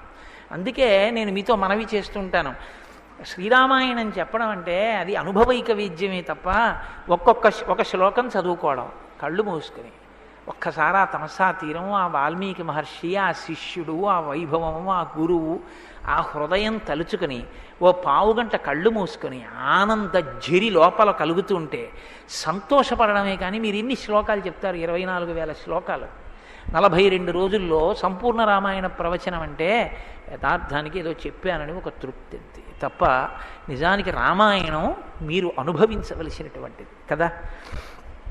అంటే నువ్వు అన్నీ మానేస్తున్నావా అని అనుకోకండి సుమా. కాబట్టి ఇప్పుడు ఈ మాట చెప్పి ఆయన స్నానం చేసి సంధ్యావందనం చేసుకుని బయటికి వచ్చారు. ఇప్పుడు ఆయన మనసు చాలా ప్రసన్నంగా ఉంది రామకథని అనుసంధానం చేసుకోవడం. నడిచి వెళ్ళిపోతున్నారు. ఇప్పుడు ఒక చిత్రమైన సంఘటన జరిగింది. తస్యాభ్యాసే తు మిథునం చరంతమనపాయినం దదర్శ భగవాన్స్తత్ర క్రౌంచయోః చారునిస్వనం. క్రౌంచ పక్షులు 2 ఉన్నాయి. అందులో క్రౌంచి అంటే ఆడపక్షి, క్రౌంచము అంటే మగపక్షి. ఈ మగపక్షి ఆడపక్షి కామోద్రేకంతో ఉన్నాయి. చారునిస్వనం మధురమధురమైనటువంటి ధనులు చేస్తున్నాయి. ఈ తమసా నదీ తీరంలో ఉన్న చెట్టు మీద గిరికీలు కొడుతున్నాయి. క్రౌంచి తిరుగుతోంది, క్రౌంచం తిరుగుతోంది. ఎంతో సంతోషంగా ఒకదాని వెంట ఒకటి తిరుగుతోంది. దీన్ని ఎవరు చూశారు అంటే ఇది చూసినటువంటి వారు కవి వర్ణించట్లేదు. అలా పక్షులు ఎగురుతున్నాయి ఆనందంగా అన్న విషయాన్ని కేవల వర్ణనగా, ప్రకృతి వర్ణనగా చెప్పట్లేదు. దీన్ని ఎవరు చూశారట? దదర్శ భగవాన్ తత్ర. భగవాన్ అంటే ఇక్కడ వాల్మీకి మహర్షి. ఎందుకంటే బ్రహ్మవిద్ బ్రహ్మైవ భవతి అని మనకి ఆర్యోక్తి. ఎవరు బ్రహ్మమును తెలుసుకున్నాడో వాడు బ్రహ్మమగుచున్నాడు. కాబట్టి ఇప్పుడు ఆయనే భగవన్. భగవన్ వాల్మీకి మహర్షి చూశారు. చూశారంటే కన్ను చూస్తే గుర్తుండదుగా, ఇది మనసు కూడా చూసింది. ఏమిటి చూసింది? క్రౌంచము వెంట తిరుగుతున్న క్రౌంచి, క్రౌంచి చుట్టూ తిరుగుతున్న క్రౌంచము, అవి రెండూ చేస్తున్న మధురనాదము. అవి సంతోషంగా ఉన్నాయి, ఆయన సంతోషంగా ఉన్నారు. రాముడు గుర్తొస్తున్నాడు, ఈయన సంతోషపడుతున్నారు. అవి సంతోషపడుతున్నాయి. అవి సంతోషం రాముడు గుర్తొచ్చి కాదు, కామోద్రేకం చేత సంతోషంగా ఉన్నాయి. అవి ఎందుకు సంతోషపడుతున్నాయో ఆయనకు అనవసరం. అవి సంతోషంగా ఉన్నాయి, ఈయనకి సంతోషం. ఇది ఎవరి లక్షణం? రాముడి లక్షణం. మీరు సంతోషంగా ఉంటే తాను సంతోషించడం. ఇంతలో హఠాత్తుగా తస్మాత్తు మిథునాదేకం పుమాంసం పాప నిశ్చయ జఘాన వైరి నిలయో నిషాదస్తస్య పశ్యతః. ఆ క్రౌంచము క్రౌంచి సంతోషంగా తిరుగుతున్నటువంటి సన్నివేశాన్ని పాపనిశ్చయుడైనటువంటి ఒక బోయవాడొకడు చూశాడు. ఆ 2 బాగా తిరుగుతున్నాయిరా, మగపక్షి ఆడపక్షి అనుకున్నాడు. చూసి ఒక బాణాన్ని ఆకర్ణాంతము లాగి విడిచిపెట్టాడు. విడిచిపెడితే ఆ బాణము వెళ్ళి మగపక్షి యొక్క గుండెల్లో గుచ్చుకుని నెత్తురు కారుతూ దాని తలంతా నెత్తురు అంటుకుని కింద పడిపోయింది. కింద పడిపోయి భూమిలో కొట్టుకుంటోంది. తం శోణిత పరీతాంగం వేష్టమానం మహీతలే భార్యాతు నిహితం దృష్ట్వా రురావ కరుణాంగిరిం. ఆ కింద పడిపోయినటువంటి పక్షి, మగపక్షి నెత్తుటితోటి ఆ తల ఆడిస్తూ కొట్టుకుని ఏడుస్తుంటే, ప్రాణం విడిచిపెట్టడానికి సిద్ధపడుతుంటే, ఆడపక్షి క్రౌంచి ఆ మగపక్షి యొక్క బాధ చూడలేక పెద్దగా అరుస్తూ ఆర్తనాదం చేస్తూ మగపక్షి బాధ తన బాధగా మార్చుకుని ఒక్కసారి దాని చుట్టూ తిరుగుతోంది నేల మీద. దీన్ని వియుక్తాపతినాతేన ద్విజేన సహచారిణ తామ్రశీర్షేణ మత్తేన పత్రినా సహతేన వై తథాతు తం ద్విజం దృష్ట్వా నిషాదేన నిపాతితం ఋషేహి ధర్మాత్మనస్తస్య కారుణ్యం సమపద్యత. సంతోషంగా ఇంకా నడిచి వెళ్ళిపోతున్నారు. వెనక పూర్ణ జల కలశాన్ని పట్టుకుని భరద్వాజుడు వచ్చేస్తున్నాడు.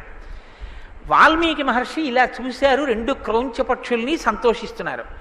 అకస్మాత్తుగా బోయవాడు బాణాన్ని లాగుతూ ఉండడం చూశారు. అన్నన్న బాణం వేసేస్తాడో ఏమో అనుకుంటున్నారు, వేసేశాడు, పక్షి పడిపోయింది. ఆడపక్షి ఏడుస్తోంది. ఇది చూశారు.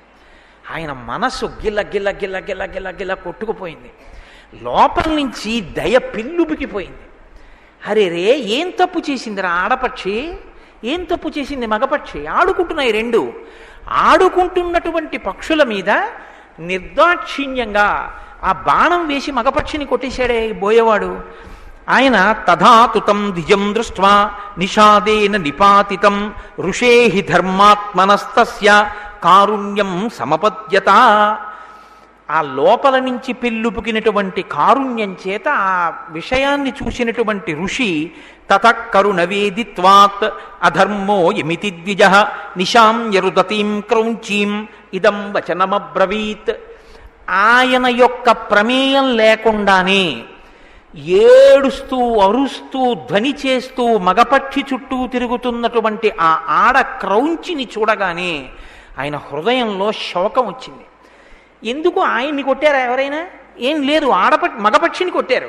ఆడపక్షి ఏడుస్తోంది. ఇప్పుడు ఆడపక్షి ఏడుపు తన ఏడుపయింది, తన బాధ అయింది. మగపక్షి కోసం గిలగిల కొట్టుకుంటున్న ఆడపక్షి బాధలో తాను పరకాయ ప్రవేశం చేశారు. ఇది ఎవరి లక్షణం? ఇంకొకరి బాధ చూడలేని దయాస్వరూపం. సర్వభూతేషు సర్వభూత హితేరతః. సర్వభూతముల యొక్క హితాన్ని కాంక్షించడం రాముడి యొక్క లక్షణం. సంక్షేప రామాయణం ఆయన మనసు మీద అంత ప్రభావం చూపించింది. అనుకోకుండా ఆయన నోటి వెంట పైకి ఒక మాట వచ్చేసింది. ఆయన కావాలని అంటలేదు ఈ మాట, మీరు బాగా గుర్తుపెట్టుకోండి. ఈ సంఘటన ఆయన ప్రమేయం లేకుండా జరిగిపోయింది. శాస్త్రంలో ఒక మాట ఒకటి ఉంది, ప్రమాదము అని. మనం ఇంగ్లీష్లో యాక్సిడెంట్ అంటుంటాం. ప్రమాదము అన్న మాటకు అర్థం ఏమిటో తెలుసా అండి? మీ బుద్ధి చేత మీరు తప్పించుకోలేని సంఘటనకు ప్రమాదం అని పేరు. అంటే ఆయన ఆలోచించో, ఆయనకున్నటువంటి పరపతిని ఉపయోగించో తప్పించుకోవడానికి అవకాశం లేనటువంటి రీతిలో ఒక ఉపద్రవం వచ్చి మీద పడిపోతే దానికి ప్రమాదము అని పేరు. అనుకోకుండా ఇలా వెళ్ళిపోతున్నాడు, అనుకోకుండా అట్నుంచి ఇంకో బండి వచ్చి కొట్టేసింది. తప్పుకునడానికి అతని మెదడు ఆలోచించే అవకాశం లేదు. ఆలోచించలేనివాడు కాడు, ఆలోచించలేని పరిస్థితి ఏర్పడింది. కింద పడిపోయాడు, దెబ్బలు తగిలి. దీనికి ప్రమాదం అని పేరు. అలా అనుకోని సందర్భం, దీనికి కదిలిపోయింది మనసు. ఎలా కదిలిపోయింది? రెండు రకాలుగా కదలచ్చు, మూడు రకాలుగా కదలచ్చు. ఒకటి, చూడకూడదు చూసాం, అబ్బా ఇంకా ఏం చూస్తాం, దాన్ని చూడొద్దు, మనకున్న స్థితి పోతుంది, అనవసరంగా ఏదో సంతోషంగా ఉన్నాం అనుకుని వెళ్ళిపోవచ్చు ఒకటి. రెండో స్థితి ఉంటుంది, అబ్బా భలే పడిపోయిందిరా, గిరగిరా తిరుగుతున్న దాన్ని ఎంత నైపుణ్యంగా కొట్టాడరా పక్షిని, ఖచ్చితంగా ఒక్క బాణం గుండెల్లో గుచ్చుకు పడిపోయింది. ఆడపక్షి అలా దాన్ని కూడా కొడతాడా, ఈ పక్షినే తీసుకెళ్తాడా? బోయేవాడు దగ్గరికి వచ్చాక ఆడపక్షి పారిపోతుందా, చెట్టు మీద కూర్చుని ఇంకా ఏడుస్తుందా? ఇప్పుడు ఆ పక్షిని ఎలా రెక్కలు పీకేస్తాడు, ఎలా కాలుస్తాడు చూద్దామని అనుకోవచ్చు. మూడు, ఆ పక్షి పడినటువంటి బాధ, బాణపు దెబ్బ తగిలి మగపక్షి పడుతున్న బాధని భర్త మరణిస్తున్నప్పుడు చూస్తూ ఏమీ చెయ్యలేని స్థితిలో ఏడుస్తున్నటువంటి ఆడపక్షి బాధని తన బాధగా మార్చుకుని తనని ఏమీ కొట్టకపోయినా బోయేవాడిని తాను తిట్టచ్చు. బుద్ధుందా లేదా? అన్నం తినాలంటే అడుక్కు తిని తినచ్చాయా? పక్షిని కొట్టాలా? కొట్టడం కొట్టావు, ఏది మళ్ళీ ఆ పక్షి లేచి ఎగిరేటట్టు చెయ్యి అని దెబ్బలాట పెట్టుకోవచ్చు. దేనికి అంటే ఆ బాధతో తాను పరకాయ ప్రవేశం చేసి తాదాత్మ్యత పొందితే. ఇప్పుడు అలా దెబ్బలాట పెట్టుకోవాలి, అలా తన ప్రమేయం లేకుండా నోటి వెంట ఓ మాట వచ్చేయాలంటే లోపల ఉన్న దయ ఇంకా లోపల పట్టి ఆగక నోటి వెంట వాక్కులుగా ప్రవహించి బయటికి వెల్లువెత్తాలి. వెల్లువెత్తితే తన ప్రమేయం లేకుండా వచ్చేయాలి మాట. అది ఏమనొచ్చేసింది ఆయనకి నోటి వెంట? పైకి ఇప్పటి వరకు ఉన్నది మనోభావన, ఇప్పుడు వచ్చింది నోటి వెంట వాక్కు, పైకి వచ్చింది. ఇప్పుడు పైకి వస్తే ఎవరు సాక్షి? శిష్యుడు సాక్షి, భరద్వాజుడు వెనకాతలు ఉన్నాడు. ఇప్పటి వరకు వాల్మీకి మహర్షి హృదయం ఎలా ఉంది భరద్వాజుడికి కూడా తెలియదు. ఎందుకంటే ఎవరి మనసు వారికే తెలియాలి, ఈశ్వరుడికి తెలియాలి కదండి. ఈశ్వరుడికి తెలుసు, మీకు తెలుసు మీ మనసు గురించి. ఇప్పుడు ఆయన పైకి అంటున్నారు ఏమని? మానిషాద ప్రతిష్టాత్వం అగమ శాశ్వతీ సమాహ యత్క్రౌంచ మిథునాదేకం అవధీహి కామమోహితం అన్నారు. సంతోషంగా తిరుగుతున్నటువంటి పక్షుల జంటలో ఒక పక్షిని దారుణమైన బాణంతో కొట్టి చంపి బాధాపరితప్తమైన హృదయంతో ఆడపక్షి ఎగిరేటట్టుగా చేసినటువంటి కఠినాత్ముడవైన ఓ బోయవాడా, నీవు ఎక్కువ కాలము జీవించకుందువుగాక. శాపవాక్కు విడిచిపెట్టారు. ఒక బోయవాడికి ఇంత శాపవాక్కు ఇవ్వాలండి ఆయన? ఇక్కడ రామాయణం పుట్టింది అన్నారు పెద్దలు. ఇప్పుడు పుట్టింది రామాయణం అన్నారు. అదేమిటండి ఇప్పుడు రామాయణం పుట్టడం ఏమిటండి అని అడిగారు. ఇది మీరు కొంచెం చమత్కారంగా వాల్మీకి ఉన్నటువంటి స్థితిని అన్వయం చేసి శ్లోకాలని తిప్పండి. తిప్పితే రామాయణం వచ్చేస్తుంది. ఆయన మనసులో రామాయణం ఉందని నిరూపిస్తుంది. మళ్ళీ మీకు ఎలా వస్తుందో నేను ఒక్కసారి కొద్దిగా పరిశీలన చేసి చూపిస్తాను. ప్రతిపదార్థంతో సహా వ్యాఖ్యానం సాధ్యమయ్యే విషయం కాదు, సమయాన్ని దృష్టిలో పెట్టుకుని. తస్మాభ్యాసేతు మిథునం చరంతమనపాయినం దదర్శ భగవాన్స్తత్ర క్రౌంచయో చారునిస్వనం.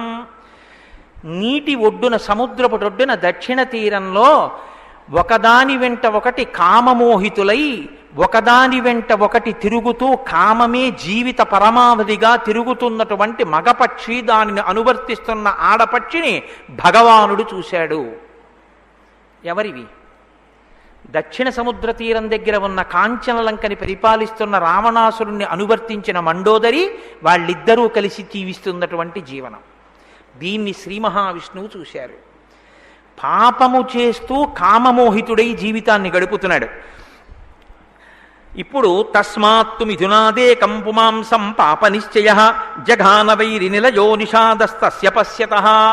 నిషాదుడైనటువంటి బోయవాడు ఆ ఎప్పుడూ కూడా పాప నిశ్చయం కలిగి కామోద్రేకంతో లోకం వెంట పడి ఆడవాళ్ళని చెరపట్టడమే ప్రధాన ధ్యేయంగా బతికేటటువంటి రావణాసురుణ్ణి చూశాడు. ఇప్పుడు నిషాదుడు చూశాడు. నిషాదుడు అంటే బోయవాడు. మరి నిషాదుడు విష్ణువు ఎలా అవుతారు? నిషీదంతి అత్ర సర్వాణి జగంతి ఇది నిషాదః. ఈ లోకమంతా ఎవరిని ఆధారం చేసుకుని బతుకుతోందో, పుడుతోందో, పెరుగుతోందో, లయమవుతోందో వాడికి నిషాదుడని పేరు. ఆయన విష్ణువు. కాబట్టి ఇప్పుడు విష్ణువు చూశారు. వీడు కామమోహితుడై పాపం చేస్తున్నాడు, పరస్త్రీలను చెరబడుతున్నాడు, ఇక వీడు ఉండడానికి వీల్లేదు. కాబట్టి ఇప్పుడు ఆయన బాణాన్ని విడిచిపెట్టారు. అంటే లోపల రామాయణం తిరుగుతోంది ఆయనకి.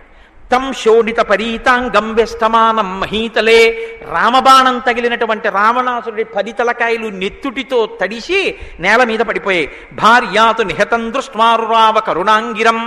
ఆ పడిపోయినటువంటి రావణుడి దేహం మీద పడి మండోదరి గుండెలు బాదుకుని ఏడుస్తోంది. ఈ సన్నివేశం ఆయన మనసులో కనపడింది. ఆ రావణుడు ఒకసారి మనసులో కనపడ్డాడు. రావణ అన్న మాట మెదిలింది ఆయన మనసులో. మెదలగానే నియుక్తాపతితాతే నద్విజేన సహచారిణ తామ్రశీర్షేణ మత్తేన పత్రినా సహితేన వై తథాతుతం ద్విజం దృష్ట్వా నిషాదేన నిపాతితం ఋషేహి ధర్మాత్మనస్తస్యాకారుణ్యం సముపద్యత తతః కరుణవేదిత్వాత్తధర్మోయమితి ద్విజః నిశాం యరుదతీం క్రౌంచీం ఇదం వచనమబ్రవీత్. ఆ కింద పడిపోయినటువంటి రావణాసురుడి యొక్క శరీరాన్ని కౌగిలించుకొని ఏడుస్తున్నటువంటి మండోదరి యొక్క సన్నివేశం మనసులో కదలగానే పాపాత్ముడై పరస్త్రీలను చెరబట్టి వేదం చదువుకుని కూడా ధర్మాధర్మములు తెలిసి కూడా అధర్మాన్ని పాటించి ధర్మాన్ని విడిచిపెట్టి తాను అనుసరిస్తున్నది ధర్మమని బుకాయించి మరణించినటువంటి పరమ పాపాత్ముడైన ఈ రావణాసురుడి గురించిన తలంపు నా మదిలో కదలడం కూడా మహాపాపమే అని జుగుప్స కలిగినటువంటి మహర్షి అంతటి పాపాత్ముడైన రావణుణ్ణి పడగొట్టినటువంటి రామచంద్రమూర్తిని మనసులో దర్శనం చేసి మానిషాధ ప్రతిష్టాత్తం మగమశ్శాశ్వ సమాహ యత్క్రౌంచ విధునాదేకం నవదీహి కామమోహితం. కామం చేత కలిసి కన్ను మిన్ను కానక తిరుగుతూ ధర్మాన్ని విడిచిపెట్టినటువంటి రావణ మందోదరుల యొక్క జంటలో రావణుడనేటటువంటి క్రౌంచపక్షిని బాణంతో పడగొట్టినటువంటి విష్ణుస్వరూపుడవైన రామచంద్రమూర్తి నీ కీర్తి 10 కాలములు శోభిల్లి లోకమంతటి చేత ఆదరింపబడి నమస్కరించుగాక. మంగళాచరణ శ్లోకమైంది. ఇందాకటి శాపవాక్కు ఇప్పటి రామాయణంగా తిప్పేస్తే శ్లోకాల్లోకి, ఆ శ్లోకంలో శ్రీ మహావిష్ణువుని కీర్తించి ఆయనకి మంగళాశాసనం చేసినటువంటి శ్లోకంగా మారిపోయింది. కాదు, రామాయణం అంతా శ్లోకంలోకి వచ్చేసింది. మొత్తం 7 కాండలు ఆ శ్లోకంలోకి వచ్చాయి. ఎలా వచ్చాయి? మా నిషాద మానిషాద అంటే మాం అంటే లక్ష్మీదేవి, లక్ష్మీదేవితో కూడినవాడు రాముడు. శ్రీరాముడు అయ్యాడు సీతా కళ్యాణం తర్వాత. అందుకని శ్రీరాముడు సీతారాముడు. బాలకాండ. ప్రతిష్టాత్వం, ఆ తండ్రి అయినటువంటి దశరథ మహారాజు గారి యొక్క మాటని నిలబెట్టడం కోసమని, సత్యమునందు నిలబెట్టడం కోసమని అరణ్యవాసం చేసినటువంటి మహానుభావ. ప్రతిష్టాత్వం అగమః, నీ యొక్క కీర్తి చిరకాలము ఉండిపోతుంది. నీ గురించి పితృవాక్య పరిపాలకుడిని లోకం శ్లాఘిస్తుంది. కాబట్టి అయోధ్యకాండ. శాశ్వతీ సమాహ, మాట తప్పకుండా 14 సంవత్సరములు అరణ్యవాసం చేసేటప్పుడు భరతుడే వచ్చి, శత్రుఘ్నుడే వచ్చి, కౌసల్య, సుమిత్ర, కైకేయి వచ్చి, వశిష్ఠుడు వచ్చి, జాబాలి వచ్చి, ఋషులు వచ్చి, పౌరులు వచ్చి, జానపదులు వచ్చి రాజ్యం తిరిగి తీసేసుకోమని వరమడిగిన నేనే అంటున్నాను, రామా మళ్ళీ రాజ్యం తీసుకో. ఎవరి కోసం అడిగిందో ఆ భరతుణ్ణి చెప్తున్నాను, రామా రాజ్యం తీసేసుకో అన్నా సరే, సత్యమేవేశ్వరో లోకే సత్యం పద్మాశ్రితా సదా సత్య మూలాని సర్వాణి సత్యాన్నాస్తి పరం పదం. నాకు సత్యం తప్ప ఇంకోటి అక్కర్లేదు. ఎవరు వరమడిగాడో ఆ నా తండ్రి లోకాన్ని విడిచిపెట్టి వెళ్ళిపోయాడు. ఇప్పుడు మళ్ళీ ఆ వరాలు వెనక్కి తీసుకుంటున్నాను, రామా రా అని చెప్పడానికి తండ్రి లేడు. ఆ తండ్రి ఇచ్చిన మాట నిలబడాలి అంటే, తండ్రి పైలోకాల్లో సంతోషించాలంటే నేను 14 ఏళ్లు అరణ్యవాసం చేయడం వినా నాకు మార్గం లేదు అని మాటకి కట్టుబడి 14 ఏళ్లు అరణ్యవాసం చేసి తృణం కింద రాజ్యాన్ని విడిచిపెట్టినటువంటి మహాపురుషుడిగా రామా, నీ కీర్తి 10 కాలములు శోభిల్లి రామాయణం లోకంలో యుగాలతో సంబంధం లేకుండా ప్రవచనం చేయబడి, చెప్పబడి, ఆదరింపబడి, నమస్కరింపబడుతుంది. కాబట్టి అరణ్యకాండ. క్రౌంచమిథునాత్ ఏకం, క్రౌంచమిథునాత్, క్రౌంచము క్రౌంచి ఇవి వాలి తార. ఎందుచే వాలి తార సక్రమం, వాలి రుమ, సుగ్రీవుని భార్య అయినటువంటి రుమని వాలి అనుభవించాడు. కాబట్టి కామప్రధానముగా తిరిగినటువంటి ఆ స్థితిలో ఉన్నటువంటి వాలిని నిగ్రహించినటువంటి స్వరూపమున్నవాడా కిష్కింధకాండ. లేదు, అందులోనే ఒక గమ్మత్తుంది. క్రౌంచౌ అంటే పరివేదన చేత కృషించిపోయిన ప్రాణి. ఎవరు తనకి కనపడాలని తాపత్రయపడుతోందో వాళ్ళు కనపడకపోవడం వల్ల నీరసపడి బాగా కృషించిపోతే క్రౌంచౌ అని పిలుస్తారు. ఏ రామచంద్రమూర్తి తన పక్కన ఉండాలని కోరుకుని 14 సంవత్సరముల అరణ్యవాసం కోసమని అయోధ్య కన్నా నీ పక్కనున్న అరణ్యవాసమే నాకు గొప్పదని సీతమ్మ తల్లి వచ్చిందో, ఆ అరణ్యవాసంలో సీతమ్మ తల్లిని రావణాసురుడు అపహరించి తీసుకెళ్లి అశోకవనంలో శిశుపావృక్షం మీద కింద కూర్చోబెట్టినప్పుడు మళ్ళీ నా భర్త రాముడితో నేను ఎప్పుడు కలిసి ఉంటానో అని మనసులో కలిసే ఉన్నా బాహ్యంలో కూడా రాముడు తన పక్కకి రావాలని పరితపించి శోకించి ఉపవసించి కృషించిపోయిన సీతమ్మ తల్లి కథ చెప్పబడింది. కాబట్టి సుందరకాండ.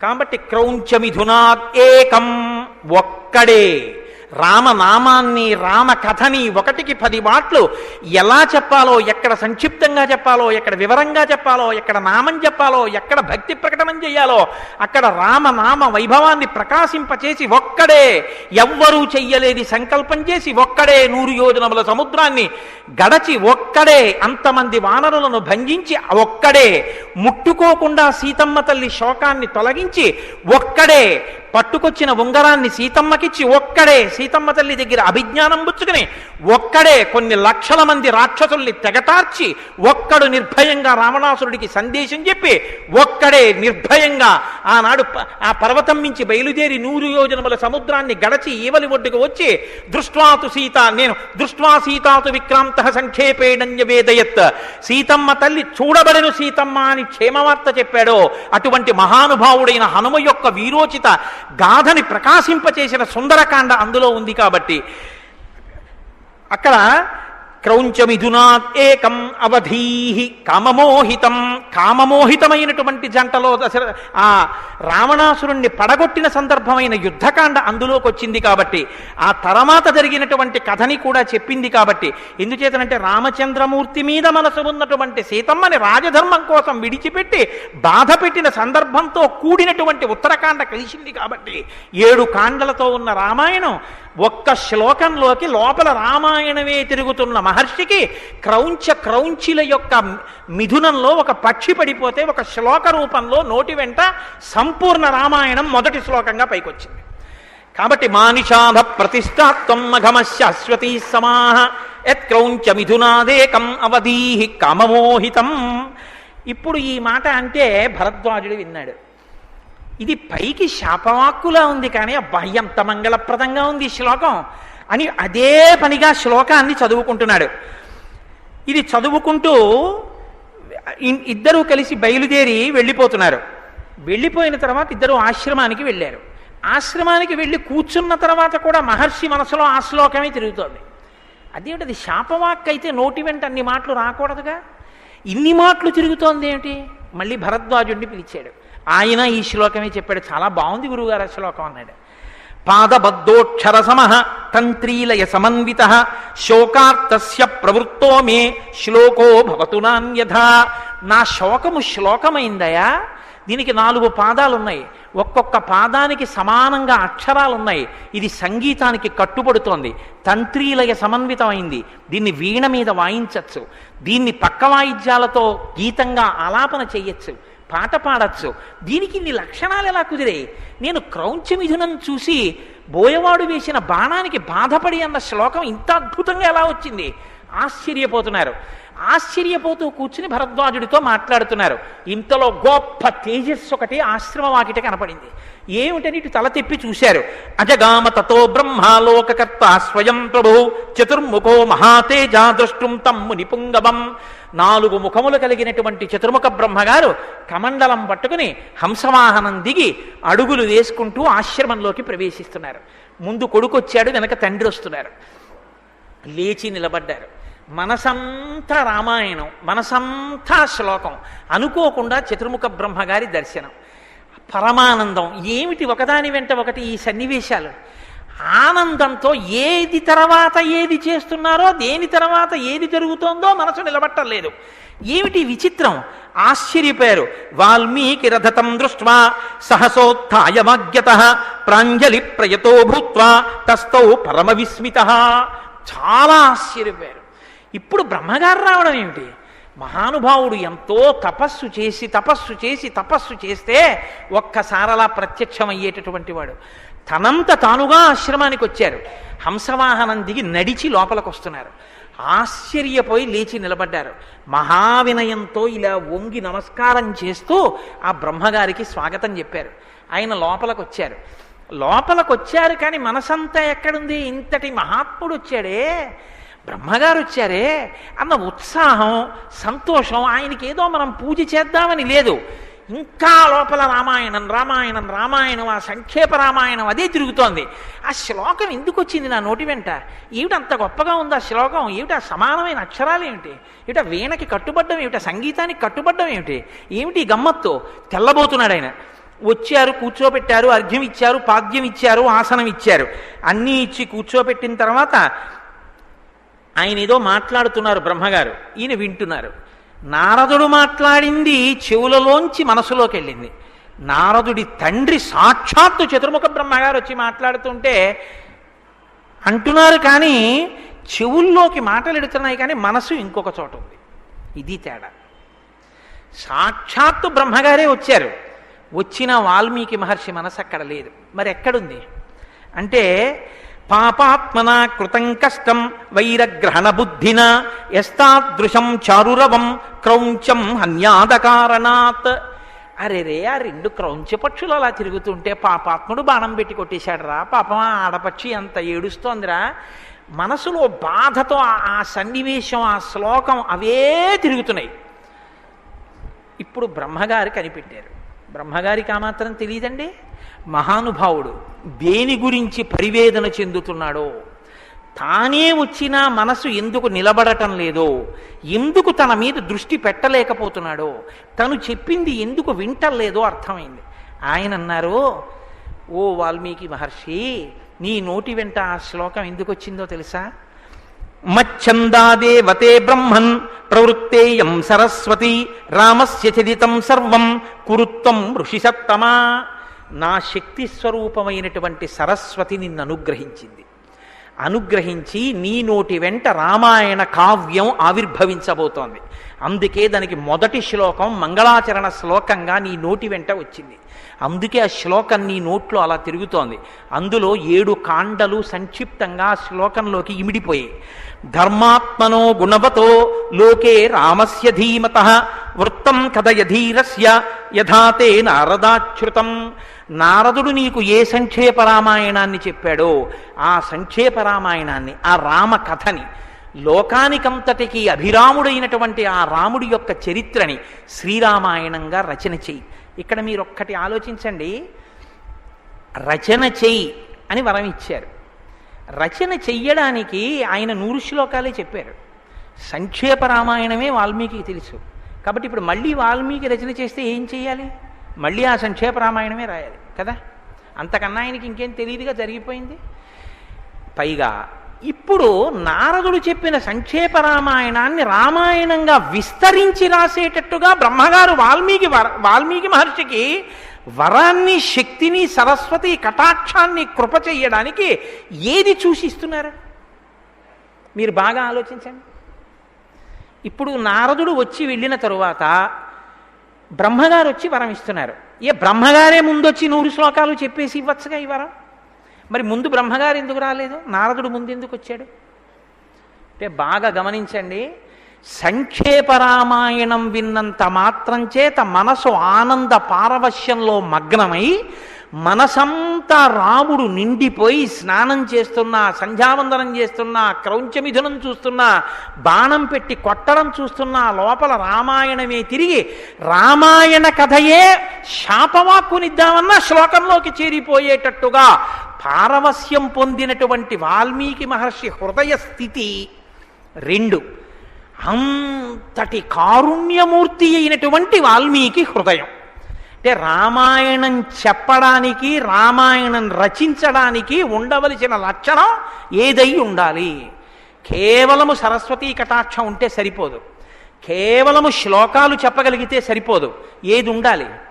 లోకము యొక్క బాధని చూసి తన బాధగా బాధపడగలిగినంత అమృత హృదయం ఉండాలి. అంత సున్నిత మనస్కుడై ఉండాలి. అంత సున్నిత మనస్కుడు వాల్మీకియేనా పరీక్ష పెట్టి చూశారు క్రౌంచమిథునంతో. ఆ పరీక్షలో నెగ్గారు వాల్మీకి మహర్షి. ఒక పక్షి కోసం అంత పరితపిస్తున్నాడు ఆయన. ఇంతటి సున్నిత మనస్కుడు కాబట్టి ఈయనే రామాయణ రచనకి అర్హుడు. ఇప్పుడు వరమిస్తున్నారు. బ్రహ్మగారు అన్నారు, రహస్యంచ ప్రకాశంచ యదృత్తం తస్య ధీమతః రామస్య సహ సౌమిత్రే రాక్షసానంచ సర్వశః. నాయనా, నీకు వరం ఇస్తున్నాను. నువ్వు ఆచమనం చేసి కళ్ళు మూసుకు కూర్చుంటే రహస్యంచ ప్రకాశంచ, రామాయణంలో పాత్రలు తమ మనసులలో ఏమనుకున్నాయో కూడా నీకు అర్థమైపోతుంది. రామాయణంలో పాత్రలు ఎక్కడెక్కడ ఎలా ప్రవర్తించాయో, ఇది చూడవచ్చా, ఇది చూడకూడదా అని ఉండదు. నీకు కనపడని సన్నివేశం ఏది ఉండదు లోకంలో. నీకు రామాయణంలో ప్రతి చిన్న విషయం నీ మనసుకి దృగ్గోచరం అవుతుంది. ఆ పాత్రల మనసులు కూడా నీకు అర్థమైపోతాయి. అలా నువ్వు రచన చెయ్యగలవు. వైదేహ్యాశ్చైవ యద్వృత్తం ప్రకాశం యదివారః తచ్చాప్య విదితం సర్వం విదితం తే భవిష్యతి. నువ్వు సీతమ్మ తల్లి హృదయంలో ఉన్నటువంటి భావనలను, రాక్షసుల మనస్సుల్లో ఉన్న భావనలను అన్నిటినీ అర్థం చేసుకుని రామాయణ రచన చేస్తావు. నతే వాగనృతా కావ్యే కాచిదత్ర భవిష్యతి కురు రామ కథాం పుణ్యాం శ్లోకబద్ధాం మనోరమాం. నాయనా, నువ్వు ఇప్పుడు శ్లోకబద్ధం చేసి నువ్వు ఈ శ్రీరామాయణ కావ్యాన్నంతటినీ నిర్మించు. నా శక్తి అయిన సరస్వతి అనుగ్రహం నీకు కలిగేటట్టుగా నీకు నేను వరమిస్తున్నాను. యావత్ స్థాస్యంతి గిరయః సరితశ్చ మహీతలే తావద్ రామాయణ కథ లోకేషు ప్రచరిష్యతి. ఎంతకాలం ఈ పర్వతాలుంటాయో, ఎంతకాలం నదులు ప్రవహిస్తాయో అంతకాలం నువ్వు రచన చేసినటువంటి రామాయణం ఈ లోకాలన్నింటిలోనూ చెప్పబడుతుంది. యావద్ రామాయణ కథ తత్కృత ప్రచరిష్యతి తావదూర్ధ్వమధశ్చత్వం మల్లోకేషు నివత్స్యసి. ఎంతకాలం ఈ రామాయణ కథ లోకంలో ప్రచారంలో ఉంటుందో అంతకాలం ఊర్ధ్వలోకాల్లో, అధోలోకాల్లో, నాలోకంలో కూడా ఉండగలిగినటువంటి శక్తిని నీకు నేను కృప చేస్తున్నాను, నీకు నేను వరం ఇస్తున్నాను. ఇప్పుడు మీరు బాగా గమనించి చూస్తే శ్రీరామాయణ రచనలో జరిగిపోయినటువంటి కథని అర్థం చేసుకుని అందులో ఒక్క మాట అబద్ధం ఉండదు అని బ్రహ్మగారు వరమిస్తున్నారు వాల్మీకి మహర్షికి. అందుకే లోకంలో రామాయణాలు చాలా ఉండొచ్చు. ఏదో రామాయణం చెప్పాడండి అంటారు. అందుకే ఎన్నో రామాయణాలు ఉండొచ్చు. కానీ మీకు ఎప్పుడైనా అసలు ఏది సత్యం, ఇందులో ఈ సన్నివేశం ఈ రచన కరెక్టా, ఇది సత్యమా అని మీకు రెండిటిలో అనుమానం వస్తే మీరు ప్రమాణంగా తీసుకోవలసిన రామాయణం ఒక్క వాల్మీకి రామాయణమే. వాల్మీకి రామాయణంలో ఏం చెప్పారో అదే సత్యం తప్ప మిగిలిన రామాయణాల్లో వారి భావన చేత, వారి దర్శన సౌఖ్యము చేత, దాని వలన కలిగిన భావోద్రేకం చేత అక్కడక్కడ కొన్ని అధికంగా ఉండవచ్చు. కానీ పరమసత్యం మాత్రం జరిగిన రామకథ మాత్రం యథాతథం ఒక్క వాల్మీకి రచించినటువంటి రామాయణం. అందుకే అది వేదోపబృంహణమైంది రామాయణం. ఇప్పుడు వాల్మీకి మహర్షి చాలా సంతోషించారు. ఎలా వచ్చారో బ్రహ్మగారు అలా వెళ్ళిపోయారు. వెళ్ళిపోయిన తర్వాత ఇప్పుడు ఆయన మనసంతా ఆనందం. ఎప్పుడెప్పుడు అంతర్ముఖుండైపోయి ఆ పాత్రలన్నిటినీ చూస్తూ రామాయణ రచన చేస్తానా అని ఉవ్విళ్ళూరిపోయారు. కూర్చున్నారు దర్భాసనం వేసుకుని. ఉపస్పృశ్యోదకం సమ్యక్ మునిస్థిత్వా కృతాంజలి ప్రాచీనాగ్రేషు దర్భేషు ధర్మేణాన్వేషతే గతిం. తూర్పు ముఖంగా దర్భలు ఉండేటట్టుగా ఆసనాన్ని వేసుకుని ఆచమనం చేసి కళ్ళు మూసుకుని కూర్చున్నారు. కూర్చుంటే రామాయణ కథంతా ఆయన కళ్ళ ముందు కట్టినట్టుగా కనపడుతోంది. సంక్షేప రామాయణంలో ఎలా చెప్పబడిందో అలా రామాయణం 7 కాండలలో ఉన్నటువంటి కథాభాగాన్నంతటినీ కూడా మొట్టమొదటి నుంచి ఉత్తరకాండ వరకు భూత భవిష్యత్ వర్తమాన కాల దర్శనముల సమర్థత చేత శ్రీరామాయణ రచన వాల్మీకి మహర్షి పూర్తి చేశారు. శ్రీరామాయణ రచన పూర్తయింది. 24,000 శ్లోకానాం ఉక్తమాన్ ఋషి తథా సర్గశతాన్ 5 షట్కాండాని తథోత్తరం. 24,000 శ్లోకములు. ఒక్కొక్క శ్లోకానికి ప్రతి 1000 శ్లోకాలలో మొదటి శ్లోకానికి మొదటి అక్షరం గాయత్రీ మహామంత్రం యొక్క 24 బీజాక్షరాలలో ఒక అక్షరంతో ప్రారంభమవుతుంటుంది. అందుకే తపస్వాధ్యాయ నిరతం తపస్వీ వాగ్విదాంబరం, అందులో గాయత్రీ మహామంత్రం 24 అక్షరాల్లో మొట్టమొదటి అక్షరంతో ప్రారంభం. అందుకే శ్రీరామాయణం చెప్పడము అంటే, శ్రీరామాయణాన్ని చదవడము అంటే గాయత్రీ మహామంత్రం యొక్క వ్యాఖ్యానం అంతటినీ చదవడంతో సమానం. కాబట్టి ఒక్కొక్క అక్షరానికి 1000 శ్లోకాలు చప్పున 24,000 శ్లోకములతో రచన చేశారు. చేసి తథా సర్గశతాన్ 5 షట్కాండాని 500 సర్గలు, 6 కాండలు, ఆ పైన ఉత్తరకాండ, వీటితో శ్రీరామాయణ రచన చేశారు. చేసి శ్రీరామాయణాన్నంతటినీ దగ్గర పట్టుకుని ఆయన ఒక్కసారి ఆలోచించారట. చింతయామాసకోన్వేతత్ ప్రయుంజీ ఆదితి ప్రభు.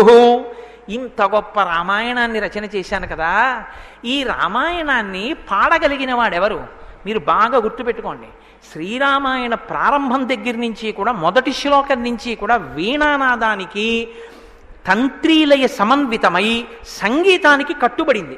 అసలు రామాయణాన్ని సంగీతబద్ధంగా వింటే చాలా గొప్పగా ఉంటుంది. కానీ మన దురదృష్టం ఏమిటంటే కనీసం ఒక్క సర్గ ఇవాళ అసలు రామాయణంలో ఉన్నటువంటి శ్లోకాల్ని అలా సంగీతబద్ధంగా పాడించే ప్రయత్నం లేదు. అసలు నాకైతే అనిపిస్తుంది, ఏనాడు వాల్మీకి మహర్షి, ఏనాడు గాయత్రి, ఏనాడు సీతారాములు సంతోషిస్తారంటే కనీసంలో కనీసం ఒక్క సర్గ ఎవరైనా సాధన చేసి దాన్ని కచేరీగా రాగతాళముల యందు ప్రవేశమున్నవారు, గురుముఖత సంగీతం నేర్చుకున్నవారు, సామవేదం కనుక శ్రీరామాయణాన్ని అలా పాడగలిగితే, పక్క వాయిద్యాలతో వీణానాదంతో కలిపి పాడగలిగితే నిజంగా అక్కడ సీతారాములు వచ్చి కూర్చుని విని సంతోషిస్తారు. కాబట్టి ఇప్పుడు ఎవరు అంతటి గాంధర్వ వేదం తెలుసున్నవారు ఎవరు ఈ రామాయణాన్ని ప్రచారం చెయ్యగలరు అని 24,000 శ్లోకాలతో కూడిన రామాయణ గ్రంథాన్ని దగ్గర పెట్టుకుని మహర్షి ఆలోచిస్తున్నారు. ఆలోచిస్తుంటే తస్య చింతయమానస్య మహర్షేర్భావితాత్మనః అగృహ్ణీతాం తతపాదౌ మునివేశౌ కుశీలవౌ. కుశీలవౌ, మనం లవ కుశులు అంటూ ఉంటాం. కుశీలవౌ ఎందుకంటే ఒక గమ్మత్తుంది. ఉత్తరాఖండలో ఒక విషయాన్ని చెప్తారు. సీతమ్మ తల్లికి అర్ధరాత్రి వేళ 2 మగపిల్లలు పుట్టారన్నారు. 2 మగపిల్లలు పుడితే భూత ప్రేత పిశాచాదులు పసిపిల్లలకి ఆపద కల్పిస్తాయి. అందుకని మహర్షిని వచ్చి రక్ష పెట్టమన్నారు. రక్ష పెట్టమంటే మహర్షి లోపలికి వెళ్ళి దర్భల్ని చేత్తో పట్టుకుని దర్భల యొక్క పైభాగాన్ని కౌశలంతో తెంపారు. పై ముక్కలు తెంపి చేత్తో పట్టుకుని మంత్రాన్ని అభిమంత్రించి పిల్లల జోలికి ఎటువంటి భూతగ్రహాలు రాకుండా, అక్కడ పురటాలు పసిపిల్లలతో ఉండగా ఎంత మహర్షి అయినా దగ్గరికి వెళ్ళరు కనుక వృద్ధ స్త్రీలను పిలిచి దర్భల యొక్క పైభాగంతో రక్ష పెట్టాలంటే కవల పిల్లల్లో పెద్దవాడికి పైభాగంతో రక్ష పెట్టాలి. అందుకని పైన ఉన్న మొక్కల్ని వృద్ధ స్త్రీలకిచ్చి రక్ష పెట్టమన్నారు. దర్భల యొక్క పైభాగములతో రక్ష పెట్టబడ్డవాడు పెద్దవాడు కనుక కుశుడు అని పిలిచారు ఆయన. కుశీ లవ, దర్భల యొక్క కింది ముక్కల్ని లవములని పిలుస్తారు. ఈ లవములను చేతిలో పెట్టుకుని అభిమంత్రించి వృద్ధ స్త్రీలకు ఇచ్చినప్పుడు మొదటివాడి తర్వాత పుట్టినవాడికి రక్ష పెట్టారు. అందుకని దర్భల యొక్క కింది ముక్కలు చేత్తో పట్టుకుని ఎవరికి రక్ష పెట్టారో వాడు రెండోవాడు. లవముల చేత రక్ష పెట్టబడ్డాడు కాబట్టి ఆయన లవుడు అయ్యాడు. కుశీ లవా. ఈ రామాయణాన్ని ఎవరు గానం చేస్తారు అని మహర్షి ఆలోచిస్తుంటే, అసలు రామాయణ కథా నాయిక అయిన నా తల్లి సీతమ్మ తల్లి ఆ ఆశ్రమంలో వాల్మీకి మహర్షిని తరింప చేయడానికి రామాయణ ప్రచారానికి తానే శిష్యుల్ని కూడా సిద్ధం చేసి ఇచ్చింది. మునివేషాల్లో ఉన్నటువంటి ఆ పిల్లలిద్దరూ వచ్చి కళ్ళు మూసుకుని రామాయణం ఎవరు ప్రచారం చేస్తారని ఆలోచిస్తున్న మహర్షిని తమ చిన్ని చిన్ని చేతులతో ఆయన పాదాలు రెండూ పట్టుకుని నమస్కారం చేశారు. కళ్ళు విప్పి చూశారు మహర్షి. ఎదురుగుండా కుశలవులు కనపడ్డారు. ఆయన అనుకున్నారు, ఓ నా తల్లి రామాయణ ప్రచారానికి కావలసిన శిష్యుల్ని కూడా నాకు ఇచ్చేసింది. ఇది ఆయన మనసులో ఆనందం. అందుకని ఆయన అన్నారు, కావ్యం రామాయణం కృత్స్నం సీతాయాశ్చరితం మహత్ పౌలశ్చవధమిత్యేవ చకార చరితం వ్రతః. శిష్యుల్ని చూసి సంతోషంతో చెప్తున్నారు, నాయనా రామాయణ రచన చేశానురా, ఇది ఆది కావ్యం. ఈ రామాయణాన్ని మీరు గానం చెయ్యాలి ప్రతి చోట. ఈ రామాయణానికి నేను పెట్టుకున్న పేర్లు ఏమిటో తెలుసా? కావ్యం రామాయణం కృత్స్నం. ఎన్ని విహిత కర్మలు చెయ్యాలో అన్ని విహిత కర్మలు చేసిన వాల్మీకి మహర్షి, కర్మనిష్ఠుడైన వాల్మీకి మహర్షి, పరమజ్ఞాని అయిన వాల్మీకి మహర్షి, గొప్ప తపస్వి అయిన వాల్మీకి మహర్షి, వాక్య విశారదుడైన వాల్మీకి మహర్షి, నారదుడు బ్రహ్మ యొక్క అనుగ్రహాన్ని పొందినటువంటి వాల్మీకి మహర్షి, అద్భుతమైన వరప్రసాది అయినటువంటి వాల్మీకి మహర్షి రచన చేసినటువంటి శ్రీరామాయణాన్ని నేను పెట్టుకున్న పేర్లు ఇవి అని చెప్పుకుంటున్నారు సంతోషంతో. వీళ్ళు నా బిడ్డలు అని పరిచయం చేసినప్పుడు తండ్రి ఎలా పొంగిపోతాడో, వీళ్ళు నా శిష్యులు అని పరిచయం చేసినప్పుడు గురువు ఎలా పొంగిపోతాడో, తాను రచన చేసిన ఆది కావ్యం, యుగాలతో సంబంధం లేకుండా మనుష్య జాతిని ఉద్ధరించగలిగిన ఆది కావ్యం. అటువంటి కావ్యానికి పేరు పరిచయం చేస్తున్నారు. కృత్స్నం కావ్యం రామాయణం కృత్స్నం సీతాయాశ్చరితం మహత్. దీనికి రామాయణం అని పేరు పెట్టాను రా అన్నారు మొదట. రామాయణం అంటే రామస్య ఆయనం, రామాయాహ ఆయనం. అందులోనే ఇద్దరు ఉన్నారు. రామస్య ఆయనం, రాముని యొక్క నడక. ఆయనం అంటే కదలికలు. ఎవరి మీద ఆధారపడి అన్నీ కదులుతాయో అది రామాయణం. ఎవరి మీద ఆధారపడి కదులుతాయి? రాముడి మీద ఆధారపడి కదులుతుంది కథంతాను. ఒక్కొక్క చోట రాముడు కనపడడు, కానీ రాముడి పేరు చెప్పి కథంతా నడుస్తుంటుంది. సుందరకాండలో రాముడు కనపడ్డాడు, కానీ రామనామం రామ కథ 1కి 10 మార్లు వినపడుతుంటుంది. రామ కథ మృత సంజీవని, చచ్చిపోయేవాడిని బతికిస్తుంది రామకథ. అటువంటి రామకథతో నిండిపోయింది. కాబట్టి రామాయణం కాదు. ఆయనం అంటే కదలిక. కదలిక అంటే నేను కదలాలనుకోండి, నా 2 కాళ్ళతో కదులుతాను. ఒక కాలు తీసి ముందు పెట్టి ఆ కాలు మీద నా శరీరపు బరువుని ఉంచుకుని 2వ కాలు పైకెత్తి ముందుకు తెచ్చి వేసి మళ్ళీ 2వ కాలు పైకెత్తి మొదటి కాలు మీద బరువు ఉంచి 2వ కాలు ముందుకు వేస్తే అలా కదులుతున్నటువంటి పాదముల వలన నా శరీరము కదిలి ముందుకి వెడితే ఆయనం కదలిక అంటారు. కదలికకి 2 కాళ్ళు ఉండాలి. 2 కాళ్ళు ఉంటే కదులుతాం. 2 కాళ్ళు పెట్టుకుని మనం కదిలితే రాముడు కూడా 2 కాళ్ళు పెట్టుకు కదిలాడు. బాహ్యంలో ఉన్న కాళ్ళు కావు, ఒకటి సత్యము, ఒకటి ధర్మము. ఒక కాలు తీసివేస్తే సత్యం, రెండో కాలు ధర్మం. ధర్మం మీద నిలబడితే సత్యంతో నిలబడతాడు, సత్యాన్ని పైకెత్తితే ధర్మం మీద నిలబడతాడు. సత్యధర్మములను అనుష్ఠించి నడిచి ధర్మానికి మారురూపోయి రామో విగ్రహవాన్ ధర్మ అనిపించుకుని ఈ లోకానికి ధర్మస్వరూపాన్ని తన ప్రవర్తన చేత నిరూపించి నిర్వచించిన మహాపురుషుడు కనుక, రాముని యొక్క కదలికలు చెప్పిన కథ కనుక కావ్యం రామాయణం కృత్స్నం సీతాయాశ్చరితం మహత్. ఇది సీతమ్మ తల్లి యొక్క చరిత్ర చెప్పాను అన్నారు. ఏమి రామస్య ఆయనం, అలాగే రామాయాహ ఆయనం. రామా అంటే సీతమ్మ తల్లి, రామ అంటే రాముడు, రామా అంటే సీతమ్మ. ఇద్దరు పేరులో ఒదిగిపోయారు. అసలు ఎప్పుడూ అంతే. జగతపితరౌ వందే పార్వతీ పరమేశ్వరవు. వాళ్ళు ఎప్పుడూ ఒకరిలో ఒకరు కలిసిపోయి ఉంటారు. ఆయన శర్వుడైతే ఆవిడ శర్వాణి, ఆయన రుద్రుడైతే ఆవిడ రుద్రాణి, ఆయన భవుడైతే ఆవిడ భవాని, ఆయన శివుడైతే ఆవిడ శివాని, ఆయన రాముడైతే ఆవిడ సీతమ్మ. పేర్లు కలిసిపోతాయి, తత్వాలు కలిసిపోతాయి. పాలలో పంచదార కలిసిపోయినట్టు కలిసిపోయేటటువంటి తత్వం ఉన్నటువంటి స్వరూపాలు ఆ స్వరూపాలు. మరి రామకథ అంటే సీతమ్మ కథేగా. మళ్ళీ సీతాయాశ్చరితం మహత్ అని ఎందుకనాలి అంటే ఒక పెద్ద రహస్యం ఒకటి ఉంది. రాముడు నరుడిగా పుట్టాడు ఈ లోకంలో, పుట్టి నరుడిగా ప్రవర్తించాడు. కానీ సీతమ్మ నరకాంతగా పుట్టినది కాదు. మనం ప్రాణి యొక్క పుట్టుక ఏ జాతికి చెందినది అన్నది నిర్ణయించేటప్పుడు ఆ ప్రాణి పుట్టుకను ఆధారం చేసుకుని చెప్తాం. ఒక కుక్కకి పుడితే కుక్క అంటాం, ఒక నక్కకి పుడితే నక్క అంటాం, మనిషికి పుడితే మనిషి అంటాం. అసలు పుట్టుకే లేకపోతే,